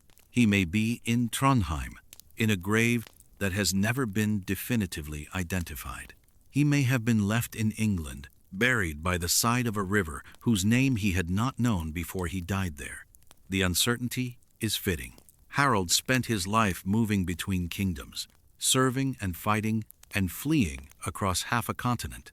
That his final resting place should be disputed seems almost appropriate. What survived was not a tomb, but a reputation. The sagas that would be written down in Iceland over the following 2 centuries treated Harald as one of the great figures of Scandinavian history. Violent, cunning, magnificent, and ultimately tragic. Snorri Sturluson devoted extensive space to him in the Times Heimskringla, collecting stories that ranged from the probably historical to the almost certainly invented. The Harald of the sagas is a larger-than-life figure, a man who blinded emperors and burned palaces and fought his way across the known world. Some of this is true. Some of it is embellishment. Some of it is pure legend attached to a figure large enough to attract legends. But the reputation that mattered most was not the one preserved in saga literature. It was the reputation Harald had earned in the place where he had spent his most formative years, the city that had taught him everything he knew about the exercise of power at imperial scale. Constantinople did not forget its northern warriors. The Varangian Guard continued to recruit from Scandinavia and the Rus lands for another century after Harald's death, though the character of the force gradually shifted. By the time of the First Crusade, Varangians were as likely to be Anglo-Saxon refugees from Norman England as Norse adventurers, men who had lost their own kingdom to William and traveled east to sell their swords to an emperor who valued their loyalty. The Guard remained elite, remained trusted, remained the final line of imperial defense. But it became something different than it had been in Harald's day. It became a force of exiles rather than opportunities, men with nowhere else to go rather than men seeking fortune and glory. The distinction matters.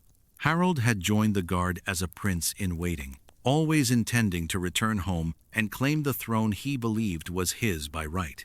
The Anglo-Saxons, who replaced his generation, had no such expectations. They had lost everything and were making the best of what remained. The Guard Harald had served would finally meet its end at a moment he might have appreciated for its terrible irony. In 1204, during the Fourth Crusade, Western European knights, who had set out to fight Muslims in the Holy Land, were instead diverted to Constantinople itself by a combination of Venetian ambition, Byzantine political instability, and the kind of opportunistic greed that Harald would have understood perfectly. The Crusaders sacked the city. The Varangian Guard, by then a shadow of its former strength, fought to defend the walls they had protected for centuries. They failed. Constantinople fell to Western Christians, not to Muslims, or to the northern raiders who had once seemed its most dangerous neighbors. The city was looted with a thoroughness that shocked even contemporary observers. The accumulated treasures of 1,000 years, the relics, the libraries, the art, the gold, were scattered across Europe or melted down for ready cash. Harald Hardrada had once tried to blind an emperor and had reportedly gouged out the eyes of Michael V in the aftermath of a palace coup. What the Crusaders of 1204 did to Constantinople was worse. They destroyed what Harald had merely tried to exploit. The city he had known the largest in Christendom, the center of learning and wealth and imperial continuity, never fully recovered. The Byzantine Empire would limp on for another 2.5 centuries, finally falling to the Ottomans in 1453. But the catastrophe of 1204 had already broken something essential. The Varangian Guard, the institution that had given Harald his education in the arts of war and politics, died with the city it had served. But all of that lay in the future when Harald fell at Stamford Bridge. The Constantinople of 1066 was still magnificent, still powerful, still the most sophisticated urban center in the Christian world. And in its archives and its memories, the northerner, who had risen so high and departed so dramatically, remained a figure of note. Byzantine historians mention him not by name usually, but as one of several notable Varangians who had served and sometimes troubled the empire. The Greeks had never quite known what to make of their northern mercenaries. They valued their fighting ability, trusted their institutional loyalty, and regarded their personal ambitions with a mixture of fascination and alarm. Harald embodied all of these qualities. He had served faithfully, enriched himself spectacularly, and left without permission when the opportunity arose. From a Byzantine perspective, this made him a useful but unreliable asset, exactly the kind of man you wanted on your side in a battle, and watched carefully the rest of the time. The wealth Harald had extracted from Byzantine service, the gold, the silk, the precious objects, funded his conquest of Norway and his administration of the kingdom. It paid for ships, for soldiers, for the churches and monasteries whose construction established him as a proper Christian king rather than a mere warlord. Byzantine money built Norwegian institutions. The connection was direct. Harald's years in the Guard were not a colorful interlude between exile and kingship, but the economic foundation on which his kingdom rested. Without Constantinople, there would have been no treasury to seize, no resources with which to challenge Magnus, no wealth to distribute to the loyal men who made Harald's rule possible. This is the aspect of Harald's career that the saga literature tends to underemphasize. The stories focus on battles, on clever stratagems, on personal courage and cunning. They love the tale of Harald pretending to be dead, so his men could smuggle him into a besieged city inside a coffin. They love the accounts of him setting birds on fire to burn enemy fortifications. Whether these stories are true matters less than what they reveal about how Harald was remembered as a trickster, a warrior, a man who won through intelligence as much as strength. But the sagas have less to say about the administrative apparatus Harald encountered in Constantinople, about the taxation systems and bureaucratic hierarchies that made the empire function, about the logistics of supplying a professional army across vast distances. Harald learned all of this, and when he returned to Scandinavia, he applied it. The Norway Harald ruled was not the Norway of his half-brother Olaf's youth. It was more centralized, more hierarchical, more connected to the wider European economy. Harald imposed new taxes, regularized the coinage, built up a permanent military force that owed loyalty to the crown rather than to regional lords. These were Byzantine methods, adapted to northern conditions. The Scandinavians who resented Harald's rule, and there were many, complained that he governed like a tyrant, that he extracted wealth from free men in ways their ancestors would never have tolerated. They were right. Harald did govern like a tyrant, if by tyrant you mean a ruler who centralized power and reduced the autonomy of local elites. He governed, in other words, like an emperor. He had learned from the best. The transformation Harald initiated would continue under his successors, accelerating during the 12th and 13th centuries as Norway became an increasingly conventional medieval European kingdom.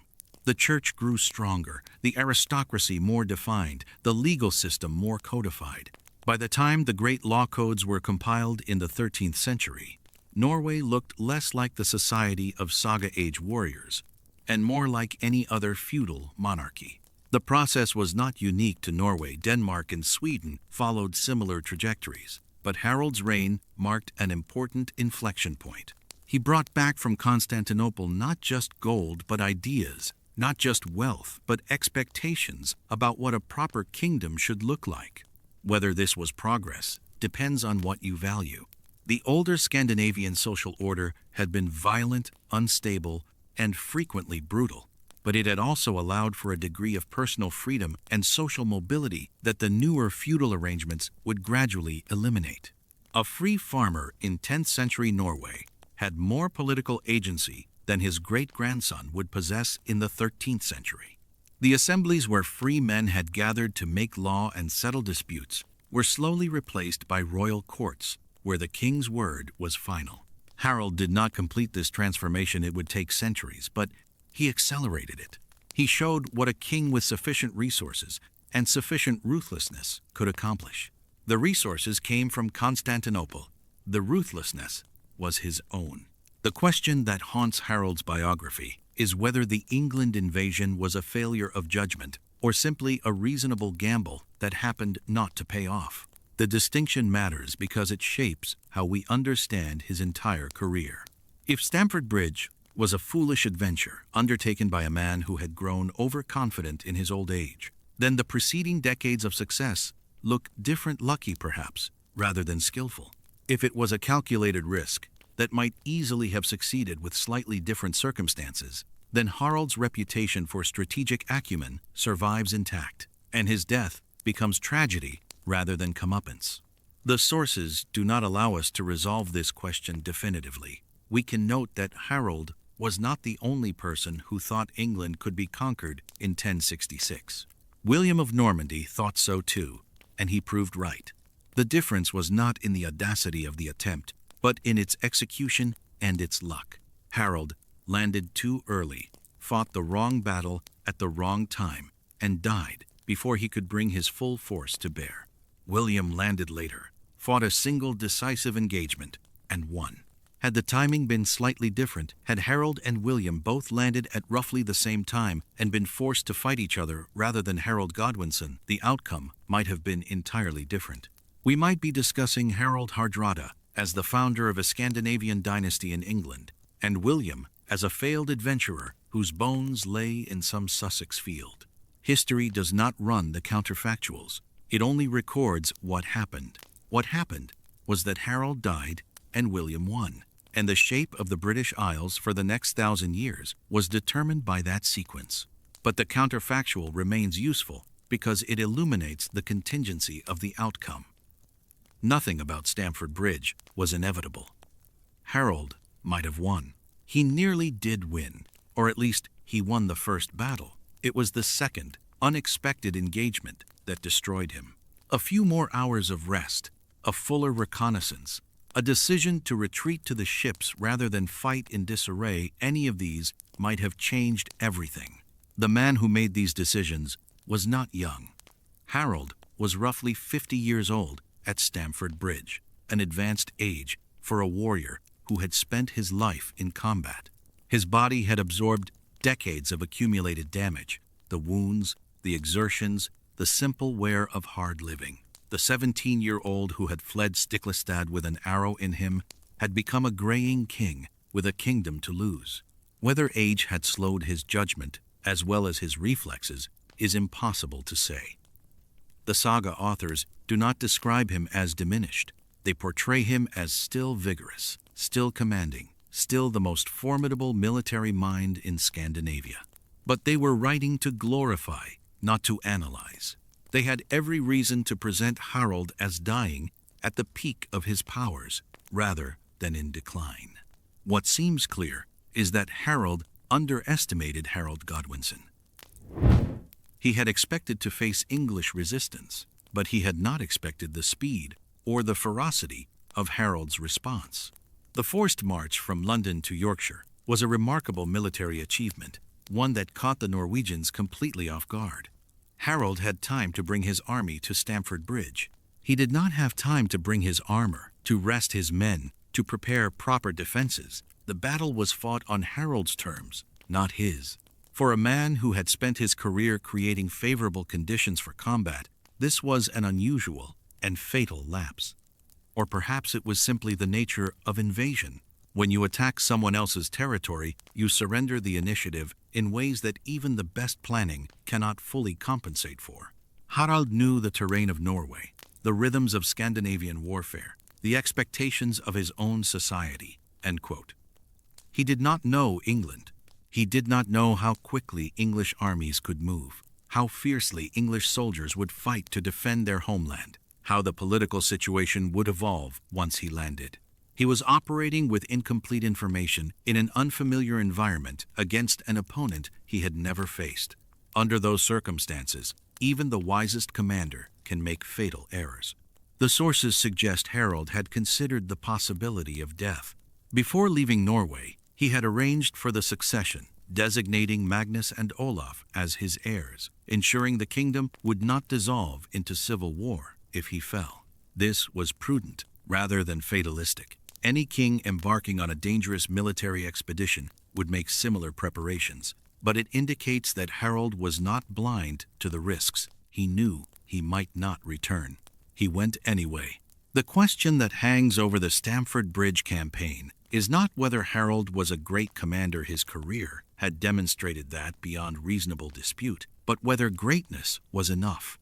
He had conquered in a dozen theaters of war across 3 continents. He had faced Byzantine enemies, Bulgar rebels, Sicilian fortresses, Danish kings, and every variety of Scandinavian opponent. He had never lost a campaign of consequence. But England was not Byzantium, and Harald Godwinson was not a Bulgarian rebel or a minor Scandinavian jarl. Harald was facing a professional military commander with interior lines, local support, and the desperate motivation of a man defending his own throne. The advantages that had carried Harald through 30 years of warfare, superior experience, psychological intimidation, tactical creativity were matched for the first time by an opponent who possessed similar qualities. The arrow that killed him has become one of the most famous missiles in English history, though which arrow and fired by whom remains uncertain. The sagas differ in their accounts of Harald's death. Some describe him taking an arrow to the throat early in the battle, before the main English force had fully engaged, dying so quickly that his men barely saw him fall. Others present a more prolonged demise, with Harald fighting for hours before succumbing to accumulated wounds. The Heimskringla, Snorri's most polished account, gives him a heroic end, charging forward without armor, cutting down enemies on every side until a random arrow found his exposed neck and sent him crashing to the ground. The truth, as with so much else, lies somewhere beneath the accumulated layers of later storytelling. What seems most likely is that Harald died relatively early in the main engagement, that his death was caused by an arrow wound, and that his fall demoralized the Norwegian army sufficiently to turn what might have been a difficult English victory into a crushing one. A king's death in battle was not merely a personal tragedy. It was a command crisis. The army that loses its leader loses its coordination, its confidence, its reason for fighting. Norwegian soldiers who might have held their ground for Harald had little incentive to die for a cause already lost. Tostig Godwinson fell as well, somewhere in the chaos of that September afternoon. The sources give him even less attention than they give Harald's death, perhaps because an English traitor dying for a Norwegian king made for an uncomfortable story regardless of who was telling it. He had gambled everything on Harald's invasion and lost. His body was reportedly identified after the battle and given burial, though where and by whom is not recorded. The brothers who had fought each other at Stamford Bridge would both be dead within weeks. Harald at Hastings, Tostig at Stamford. The Godwinson family, which had dominated English politics for a generation, was effectively extinguished. The Norwegian army's destruction was nearly total. Of the roughly 300 ships that had sailed from Norway in the summer of 1066, only 24 were needed to carry the survivors home. The arithmetic is stark. The invasion force had numbered perhaps 9,000 men, possibly more. The survivors numbered perhaps 2,000, possibly fewer. The rest lay dead on English soil at Fulford, at Stamford Bridge, in the scattered pursuit that followed the main battle. An entire generation of Norwegian warriors had been consumed by Harald's English ambition. King Olaf, Harald's surviving son, led the remnants home. He had been left with the ships and had taken no part in the battle, which meant he lived when so many others died. The English let him go. Harald Godwinson had no interest in prolonging a conflict he had already won. The Norwegians swore oaths to maintain peace, surrendered hostages, and sailed away. Norway would not threaten England again for generations. The Viking Age, which had begun nearly 3 centuries earlier with the raid on Lindisfarne, ended in the meadows beside the Derwent River. This is the standard narrative, the one that appears in popular histories and documentary accounts. Stamford Bridge, as the last gasp of Scandinavian expansion, the final act of a drama that had reshaped the map of Europe. There is truth in it. The battle did mark a genuine turning point. But we should be careful about treating it as a clean ending, a definitive closure to a historical epoch. The Viking Age did not know it was the Viking Age, and its participants did not experience their lives as chapters in a story leading toward inevitable conclusion. Harald Hardrada was not trying to end an era. He was trying to win a kingdom. The body that had walked through the burning streets of Sicilian towns, that had stood on the walls of Byzantine fortresses, that had felt the shock of shield wall collisions on a dozen battlefields, now lay in a Yorkshire field, while English soldiers stripped the corpses of the fallen. Harald's remains were eventually recovered and transported back to Norway, where they were interred at Nidaros, the city he had helped build, beside the shrine of his half-brother Olaf. The two brothers who had fought together at Stiklestad in 1030, one dying and one fleeing, wounded into exile, now lay together in death. The cathedral that houses their remains still stands. Nidaros Cathedral, as it is known today, is the northernmost medieval cathedral in the world, a Gothic masterpiece built over centuries on the site of Olaf's original shrine. Pilgrims came there for 1,000 years to venerate Saint Olaf, to touch the relics of the Holy King, to pray for miracles. Harald received no such veneration. He had been a Christian king, technically speaking, but no one mistook him for a saint. The qualities that had made him successful, ruthlessness, calculation, the willingness to do terrible things in pursuit of advantage, were not the qualities the medieval church was looking to canonize. Yet he lies there nonetheless, in the shadow of his brother's holiness, the worldly king beside the martyred one. The contrast is almost too neat, too perfectly emblematic. Olaf the saint, who died for the faith at Stiklestad. Harald the hard ruler, who died for a crown at Stamford Bridge. One remembered for his suffering, the other for his imposing. Both shaped by the same forces, the same family, the same Scandinavian world, and both utterly different in how they engaged with it. The news of Stamford Bridge reached William of Normandy while he was still waiting for favorable winds to carry his invasion fleet across the Channel. We cannot know his reaction with certainty, but the strategic implications were obvious. Harald Godwinson had just fought a major battle in the north of England. His army was depleted, exhausted, strung out along the road from York. If William landed now, he would face an enemy already weakened by victory. The winds changed on September 27th, 2 days after Stamford Bridge. William's fleet crossed the Channel and landed at Pevensey on the Sussex coast on September 28th. The timing was almost too perfect to be coincidental, though it was in fact coincidental. William could not control the weather, could not know exactly when Harald would attack or how the battle would unfold. But the result was a strategic gift. Harald Godwinson learned of the Norman landing while still in York, still reorganizing after the Norwegian campaign.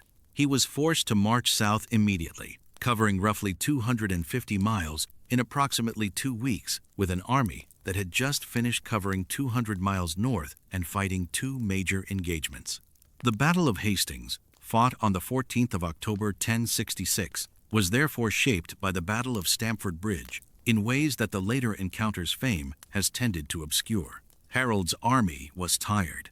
His best warriors, the elite Huscarls who formed the core of English military power, had been thinned by casualties at Fulford and Stamford Bridge. His tactical position was defensive rather than offensive, suggesting he lacked the strength for the aggressive maneuvers that had served him so well against Harald. Some of his forces arrived late or not at all, suggesting disorganization and supply problems. Whether Harald would have defeated William if he had been fresh and at full strength is unknowable. What seems clear is that Harald's invasion weakened him at precisely the wrong moment.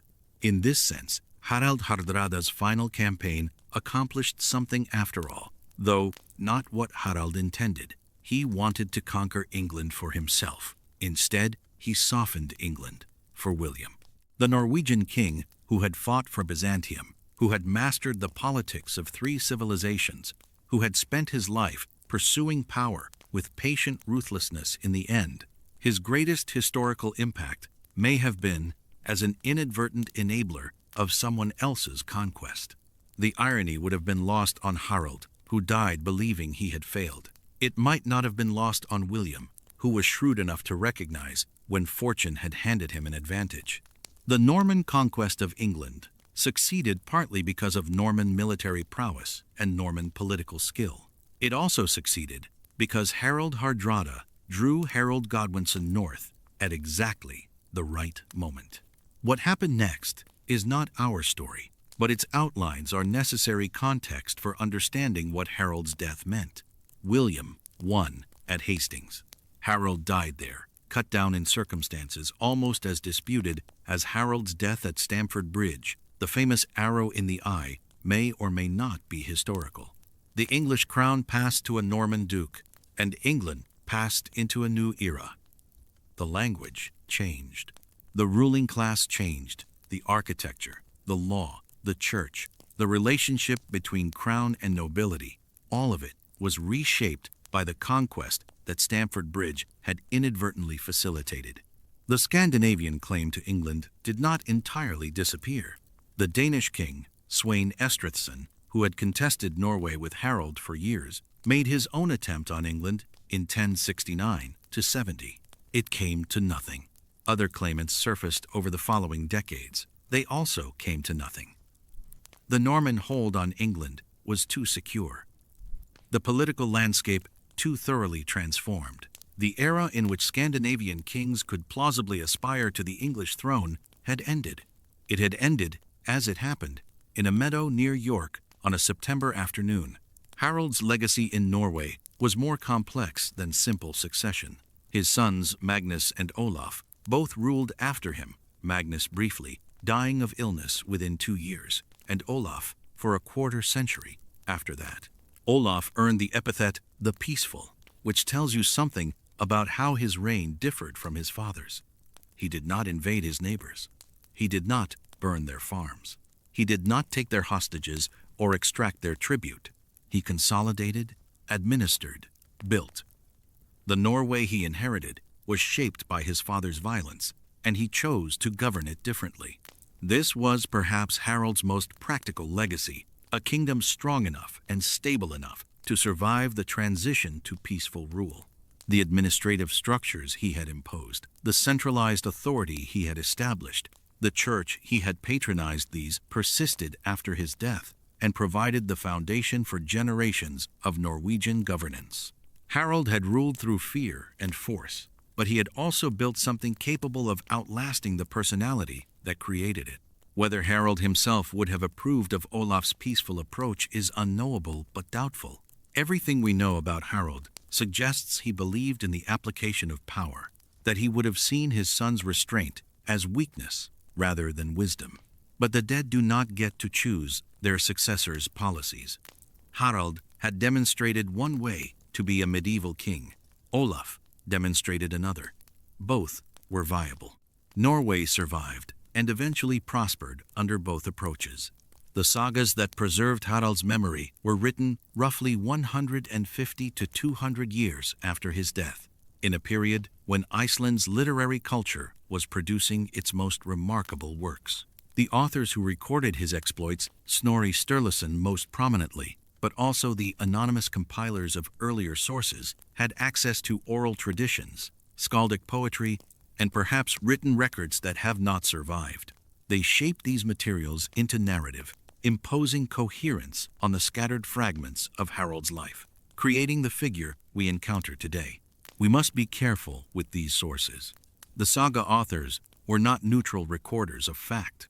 They had aesthetic preferences, political sympathies, entertainment demands. They wanted to create compelling literature, not academic history. When they describe Harald's Byzantine adventures or his Norwegian campaigns, they are producing artistic representations of events rather than documentary accounts. The specific conversations they report, the motivations they attribute, the precise sequences of events they construct, all of these should be treated as interpretations rather than records. Yet the sagas are what we have. Without them, Harald would be little more than a name in chronicles, a figure mentioned in Byzantine sources without context or depth. The literary tradition that preserved his memory also shaped it, and we cannot disentangle the man from his representation. This is true of all historical figures to some degree, but it is especially true of those who lived before the systematic archival practices of later periods. Harald is not recoverable as he actually was. He is only recoverable as his culture chose to remember him. The saga portrait presents him as a distinctive type, the competent ruler, not the holy king like his brother Olaf, blessed by God and destined for martyrdom, not the wild berserker, drunk on violence for its own sake, not the wise counselor or the tragic hero. Instead, Harald is presented as a man who understood how power worked and pursued it with clear-eyed effectiveness. He was intelligent, adaptable, patient when patience served, and ruthless when ruthlessness served. He could calculate odds and recognize opportunities. He could learn from experience and adjust his methods to circumstances. This portrait may be accurate or may be idealized, but it represents something the saga authors valued. They were writing in a period when Iceland was losing its independence to Norwegian rule, when the question of how to relate to royal power was pressing and practical. A figure like Harald, dangerous, capable, impossible to ignore, represented both threat and opportunity. The sagas explore how to survive in proximity to such power, how to serve it or evade it or occasionally manipulate it. Harald becomes a case study in the nature of kingship, a figure through whom larger questions about authority and violence could be examined. The material world he moved through has left traces as well. Archaeologists have excavated sites associated with his reign, though definitively connecting artifacts to Harald himself is rarely possible. The coins minted during his rule survive in collections and hoards. The churches he founded or patronized still stand, some of them in modified form. The routes he traveled can be traced on maps, the places he touched identified with varying degrees of confidence. He moved through physical space, left physical marks, participated in the material culture of his era. These traces provide a different kind of evidence than the literary sources harder to interpret, less narrative, but also less shaped by later agendas. One of the most valuable archaeological contexts for understanding Harald's world is the ship. The Scandinavian vessels of his period, the longships for warfare, the knars for cargo, represent extraordinary technological achievements. They were fast, seaworthy, capable of both oceanic voyaging and river navigation. Harald spent much of his life on these vessels, crossing the Baltic and the North Sea, the Mediterranean and the Black Sea. The technology that carried him shaped what was possible. Without those ships, there would have been no Varangian Guard, no English invasion, no Norwegian navy capable of projecting power across hundreds of miles of open water. The ships are gone now, rotted or burned or sunk. But examples from the period survive in museums. The Osberg ship, the Gokstad ship, others recovered from burial mounds and harbor sediments. These allow us to understand something of what it was like to travel as Harald traveled. The cramped quarters, the exposure to weather, the constant motion, the smell of tar and salt, and unwashed bodies. The ships carried him from Constantinople to Kiev, from Kiev to Norway, from Norway to Denmark, and back again countless times. They carried him across the North Sea toward England in September of 1066, at the head of a fleet that the sources number variously at 200 to 500 vessels. Whatever the precise count, it was the largest Scandinavian armada to threaten England since the days of Canute. Harald was 50 years old, his beard going gray, his body carrying the accumulated damage of 4 decades of warfare. He was sailing toward his last campaign. The invasion had been years in preparation, though the immediate catalyst was recent, when Edward the Confessor died in January of 1066, leaving no clear heir. Multiple claimants emerged to contest the English throne. Harald Godwinson, the most powerful earl in England, moved fastest, securing coronation within days of Edward's death. But William, Duke of Normandy, claimed that Edward had promised him the throne years earlier, and that Harald himself had sworn to support that claim. And there was a third claimant, one whose case rested on older arrangements, Harald Hardrada. The Norwegian claim traced back to an agreement between Magnus the Good and Harthacnut, the last Danish king of England, in 1038. The two had agreed that if either died without heirs, the other would inherit his kingdoms. Harthacnut had died in 1042, and Magnus had briefly pressed a claim to England before his own death in 1047. Harald, as Magnus's successor, inherited this claim, along with the Norwegian throne.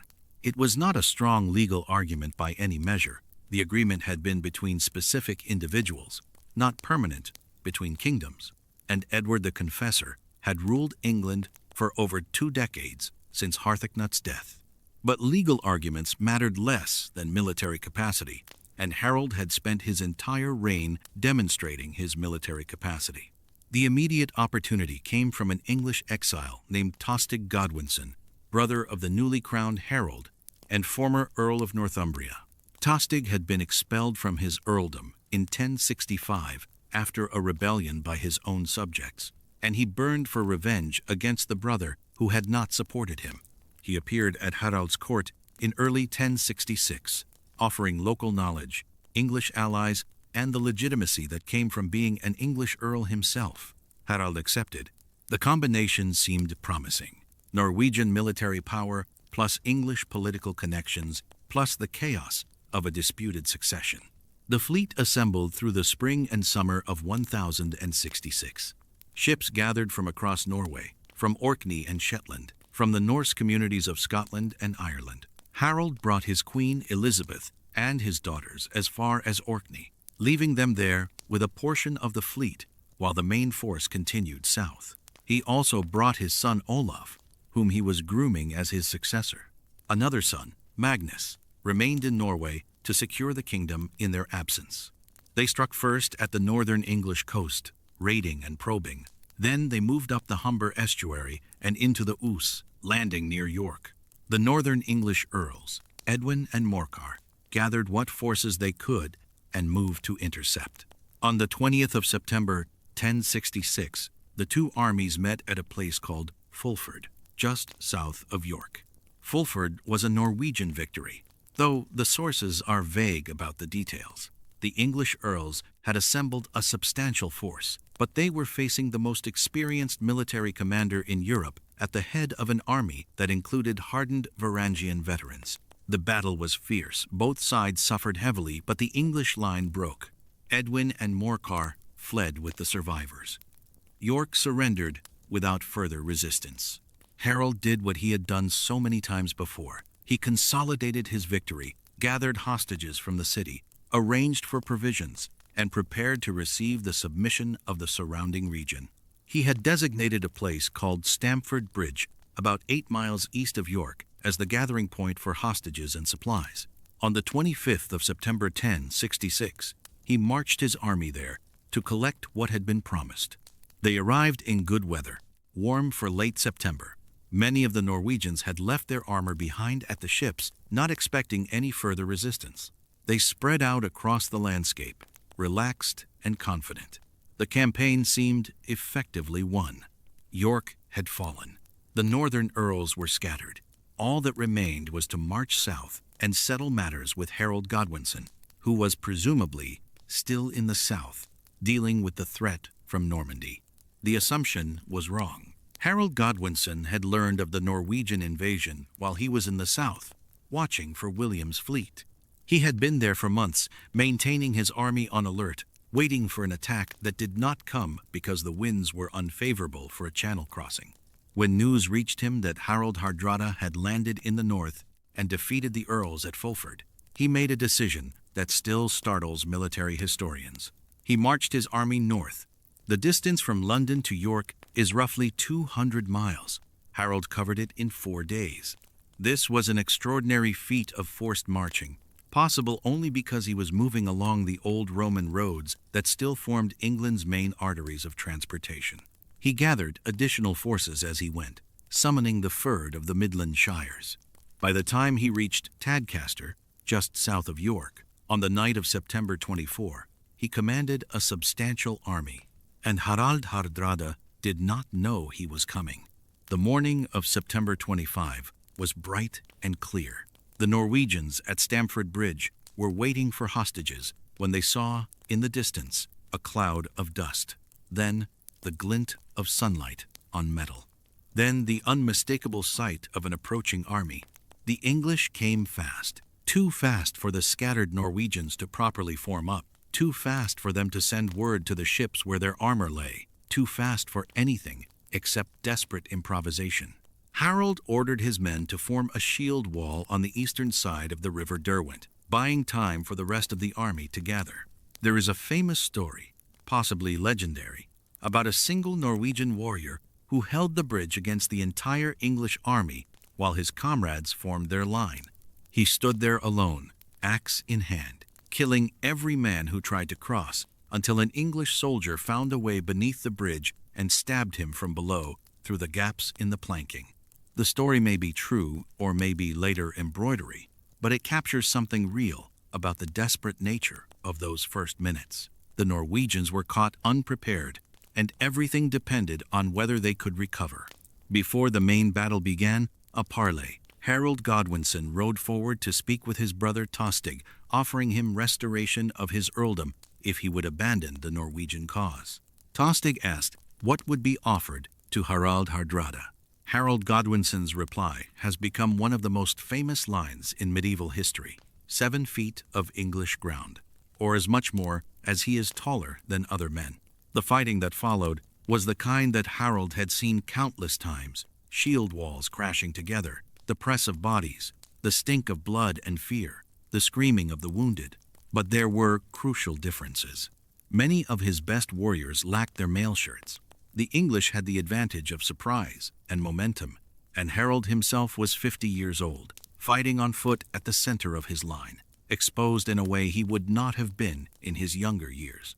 The battle lasted most of the day. The sources agree that the Norwegians fought with extraordinary tenacity, that the English attacks were repeatedly thrown back, that the carnage on both sides was immense. They agree too on the crucial moment, though the timing is unclear. At some point, during one of the English assaults, an arrow struck Harald Hardrada in the throat. He did not die immediately. The saga tradition has him continuing to fight briefly, blood streaming from his neck, before collapsing. Whether or not that detail is accurate, the result was the same. Harald III of Norway, Harald Sigurdsson, Harald Hardrada, the man who had fled Stiklestad as a wounded boy, who had fought his way across 3 continents, who had commanded the Varangian Guard and conquered most of Scandinavia, died in a field in Yorkshire, 8 miles east of York, on the 25th of September, 1066. The battle continued after his death, but the outcome was no longer in doubt. Tostig died as well, somewhere in the fighting, and without their leaders, the Norwegian army began to collapse. Reinforcements arrived from the ships, men who had force-marched when they heard the fighting, and these too were cut down. By nightfall, the invasion was over. The Norwegian survivors were allowed to leave. Olaf, Harald's son, negotiated the withdrawal. Of the several hundred ships that had arrived, tradition says only 24 were needed to carry home the survivors.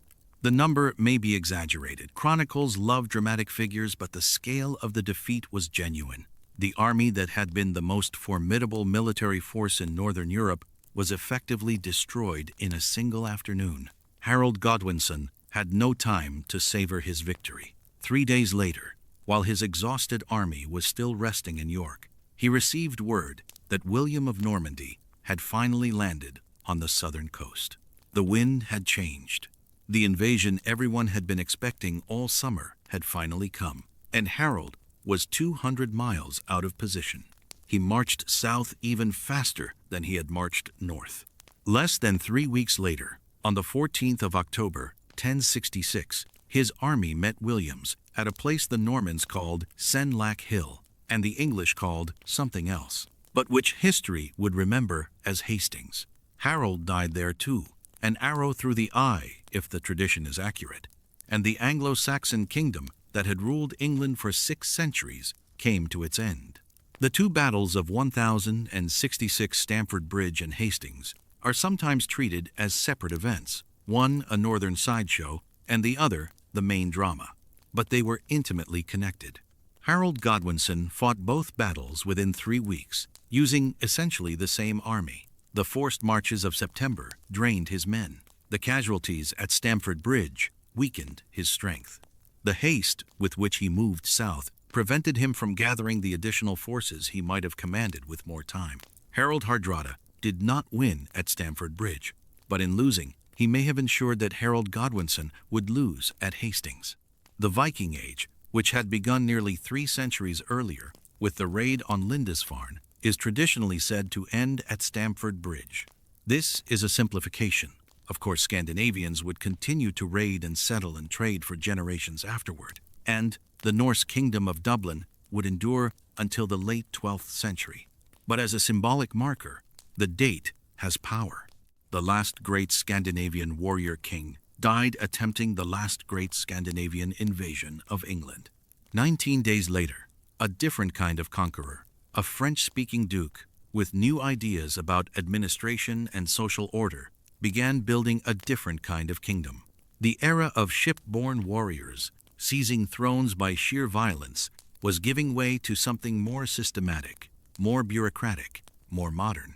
Harald Hardrada was not the last Viking in any literal sense, but he was the last of a particular type, the freelance warrior who could rise from exile to empire through personal prowess and accumulated reputation, who could sell his sword to foreign emperors and return home to claim a throne, who could hold kingdoms together through the force of his personality and the fear he inspired.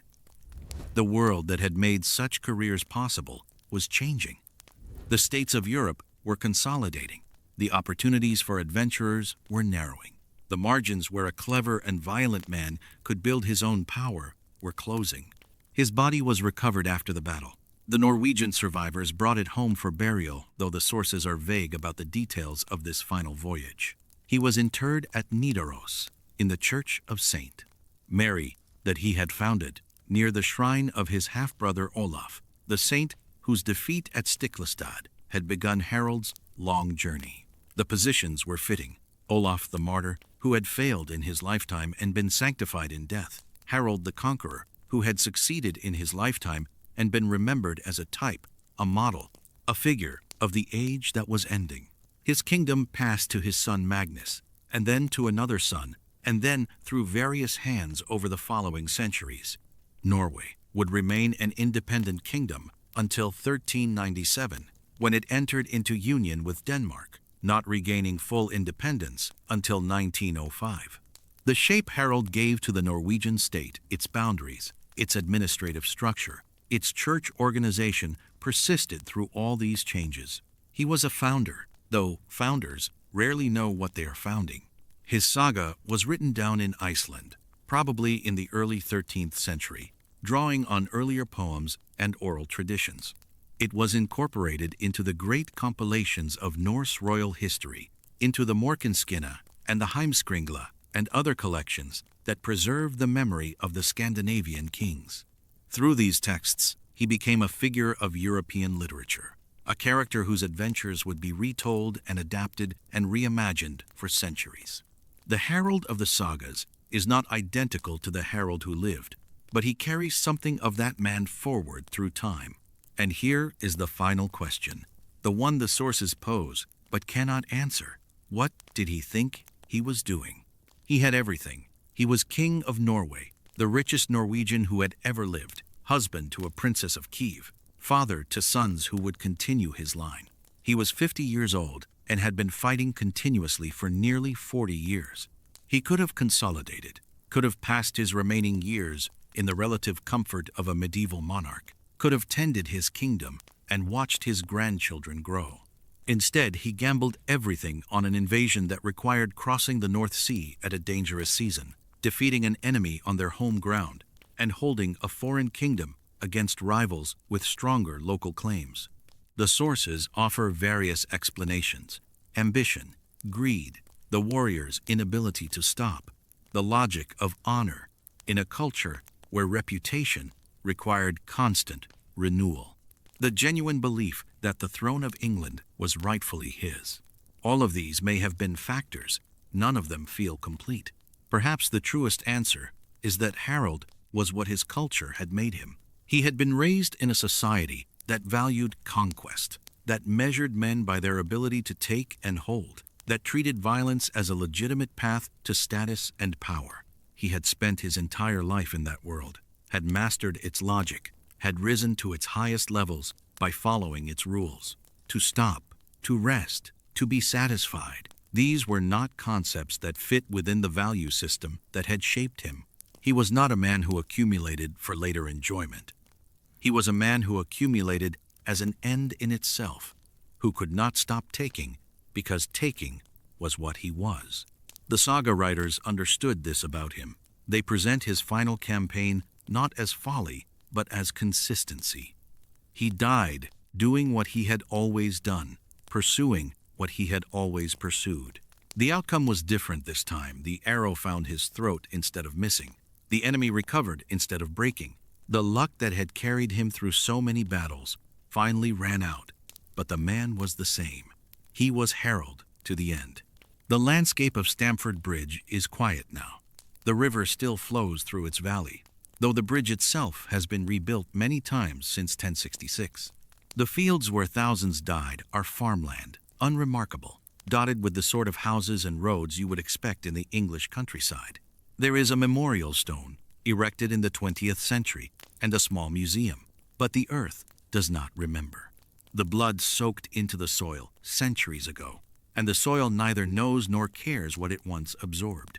Somewhere beneath that ground, or perhaps scattered across it, lie the remains of the men who followed Harald across the sea. Norwegians and Icelanders and Orkney Norse, men who had joined the expedition for land, or glory, or simply because their king commanded it.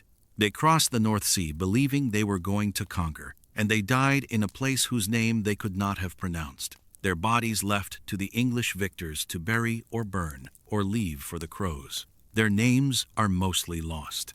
They appear in no chronicles, left no descendants in England, built no memorials that survived.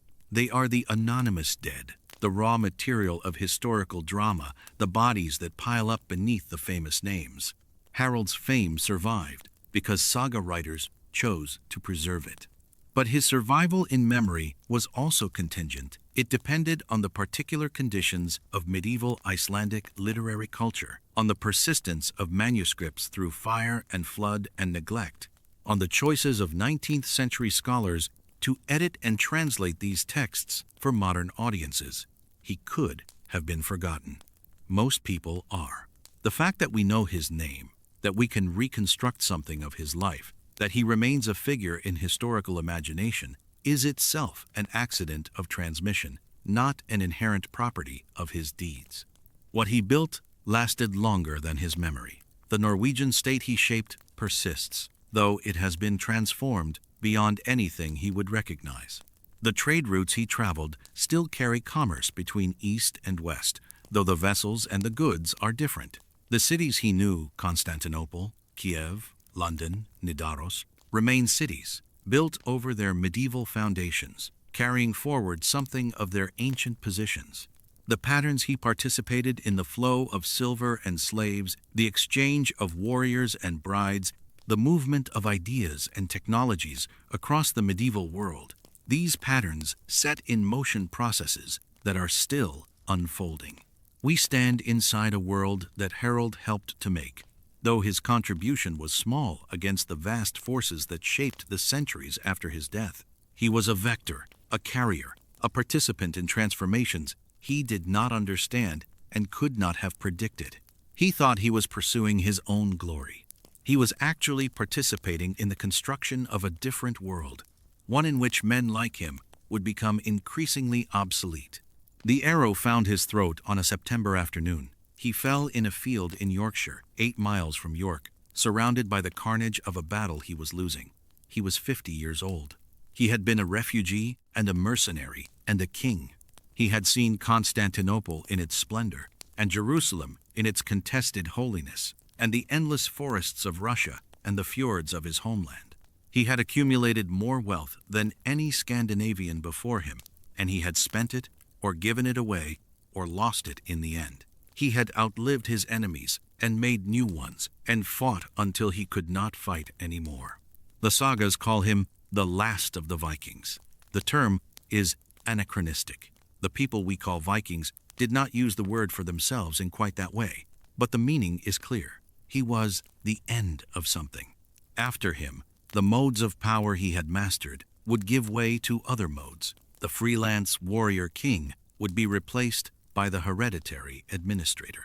The dragon-proud ship would be replaced by the castle. The saga would be replaced by the chronicle. The world was changing, and Harald was its last great practitioner of the older way. A man was born in Norway in 1015, 15 years old, at Stiklestad, exiled to Kiev, hired by Constantinople, enriched by Byzantium, returned to Scandinavia, crowned at Nidaros, victorious in 100 battles, killed at Stamford Bridge. The arc seems complete, seems almost too symmetrical: the wounded boy who fled eastward and the dying king who fell westward, the career that began in defeat and ended in defeat, the ambition that started with nothing and finished with nothing. But the symmetry is imposed, retrospective, a shape we give to what was actually chaos and contingency and the accumulated choices of a single human life. He did not know he was the last of anything. He did not know the age was ending. He knew only that there was a throne in England that he wanted, that he had the ships and the men to take it, that he had taken everything he had ever wanted before. He sailed west because that was what he did. He died because his luck ran out. The river at Stamford Bridge runs the same direction it ran in 1066. The seasons turn the same way. The sun rises in the east and sets in the west, as it did on the afternoon when an arrow flew across a battlefield and found a particular throat. The land does not remember. The land never remembers. But we do, for now, for a little while longer. We remember Harald Hardrada, the last great wanderer of the Viking Age, the man who journeyed farther than almost anyone of his time, who saw more of the world and took more from it than any Scandinavian before or since. We remember him because writers chose to write him down, and because readers chose to read him, and because something in his story, the scale of it, the strangeness of it, the sheer unlikely trajectory from fleeing boy to fallen king catches in the imagination and refuses to let go. A man lay bleeding in an English field.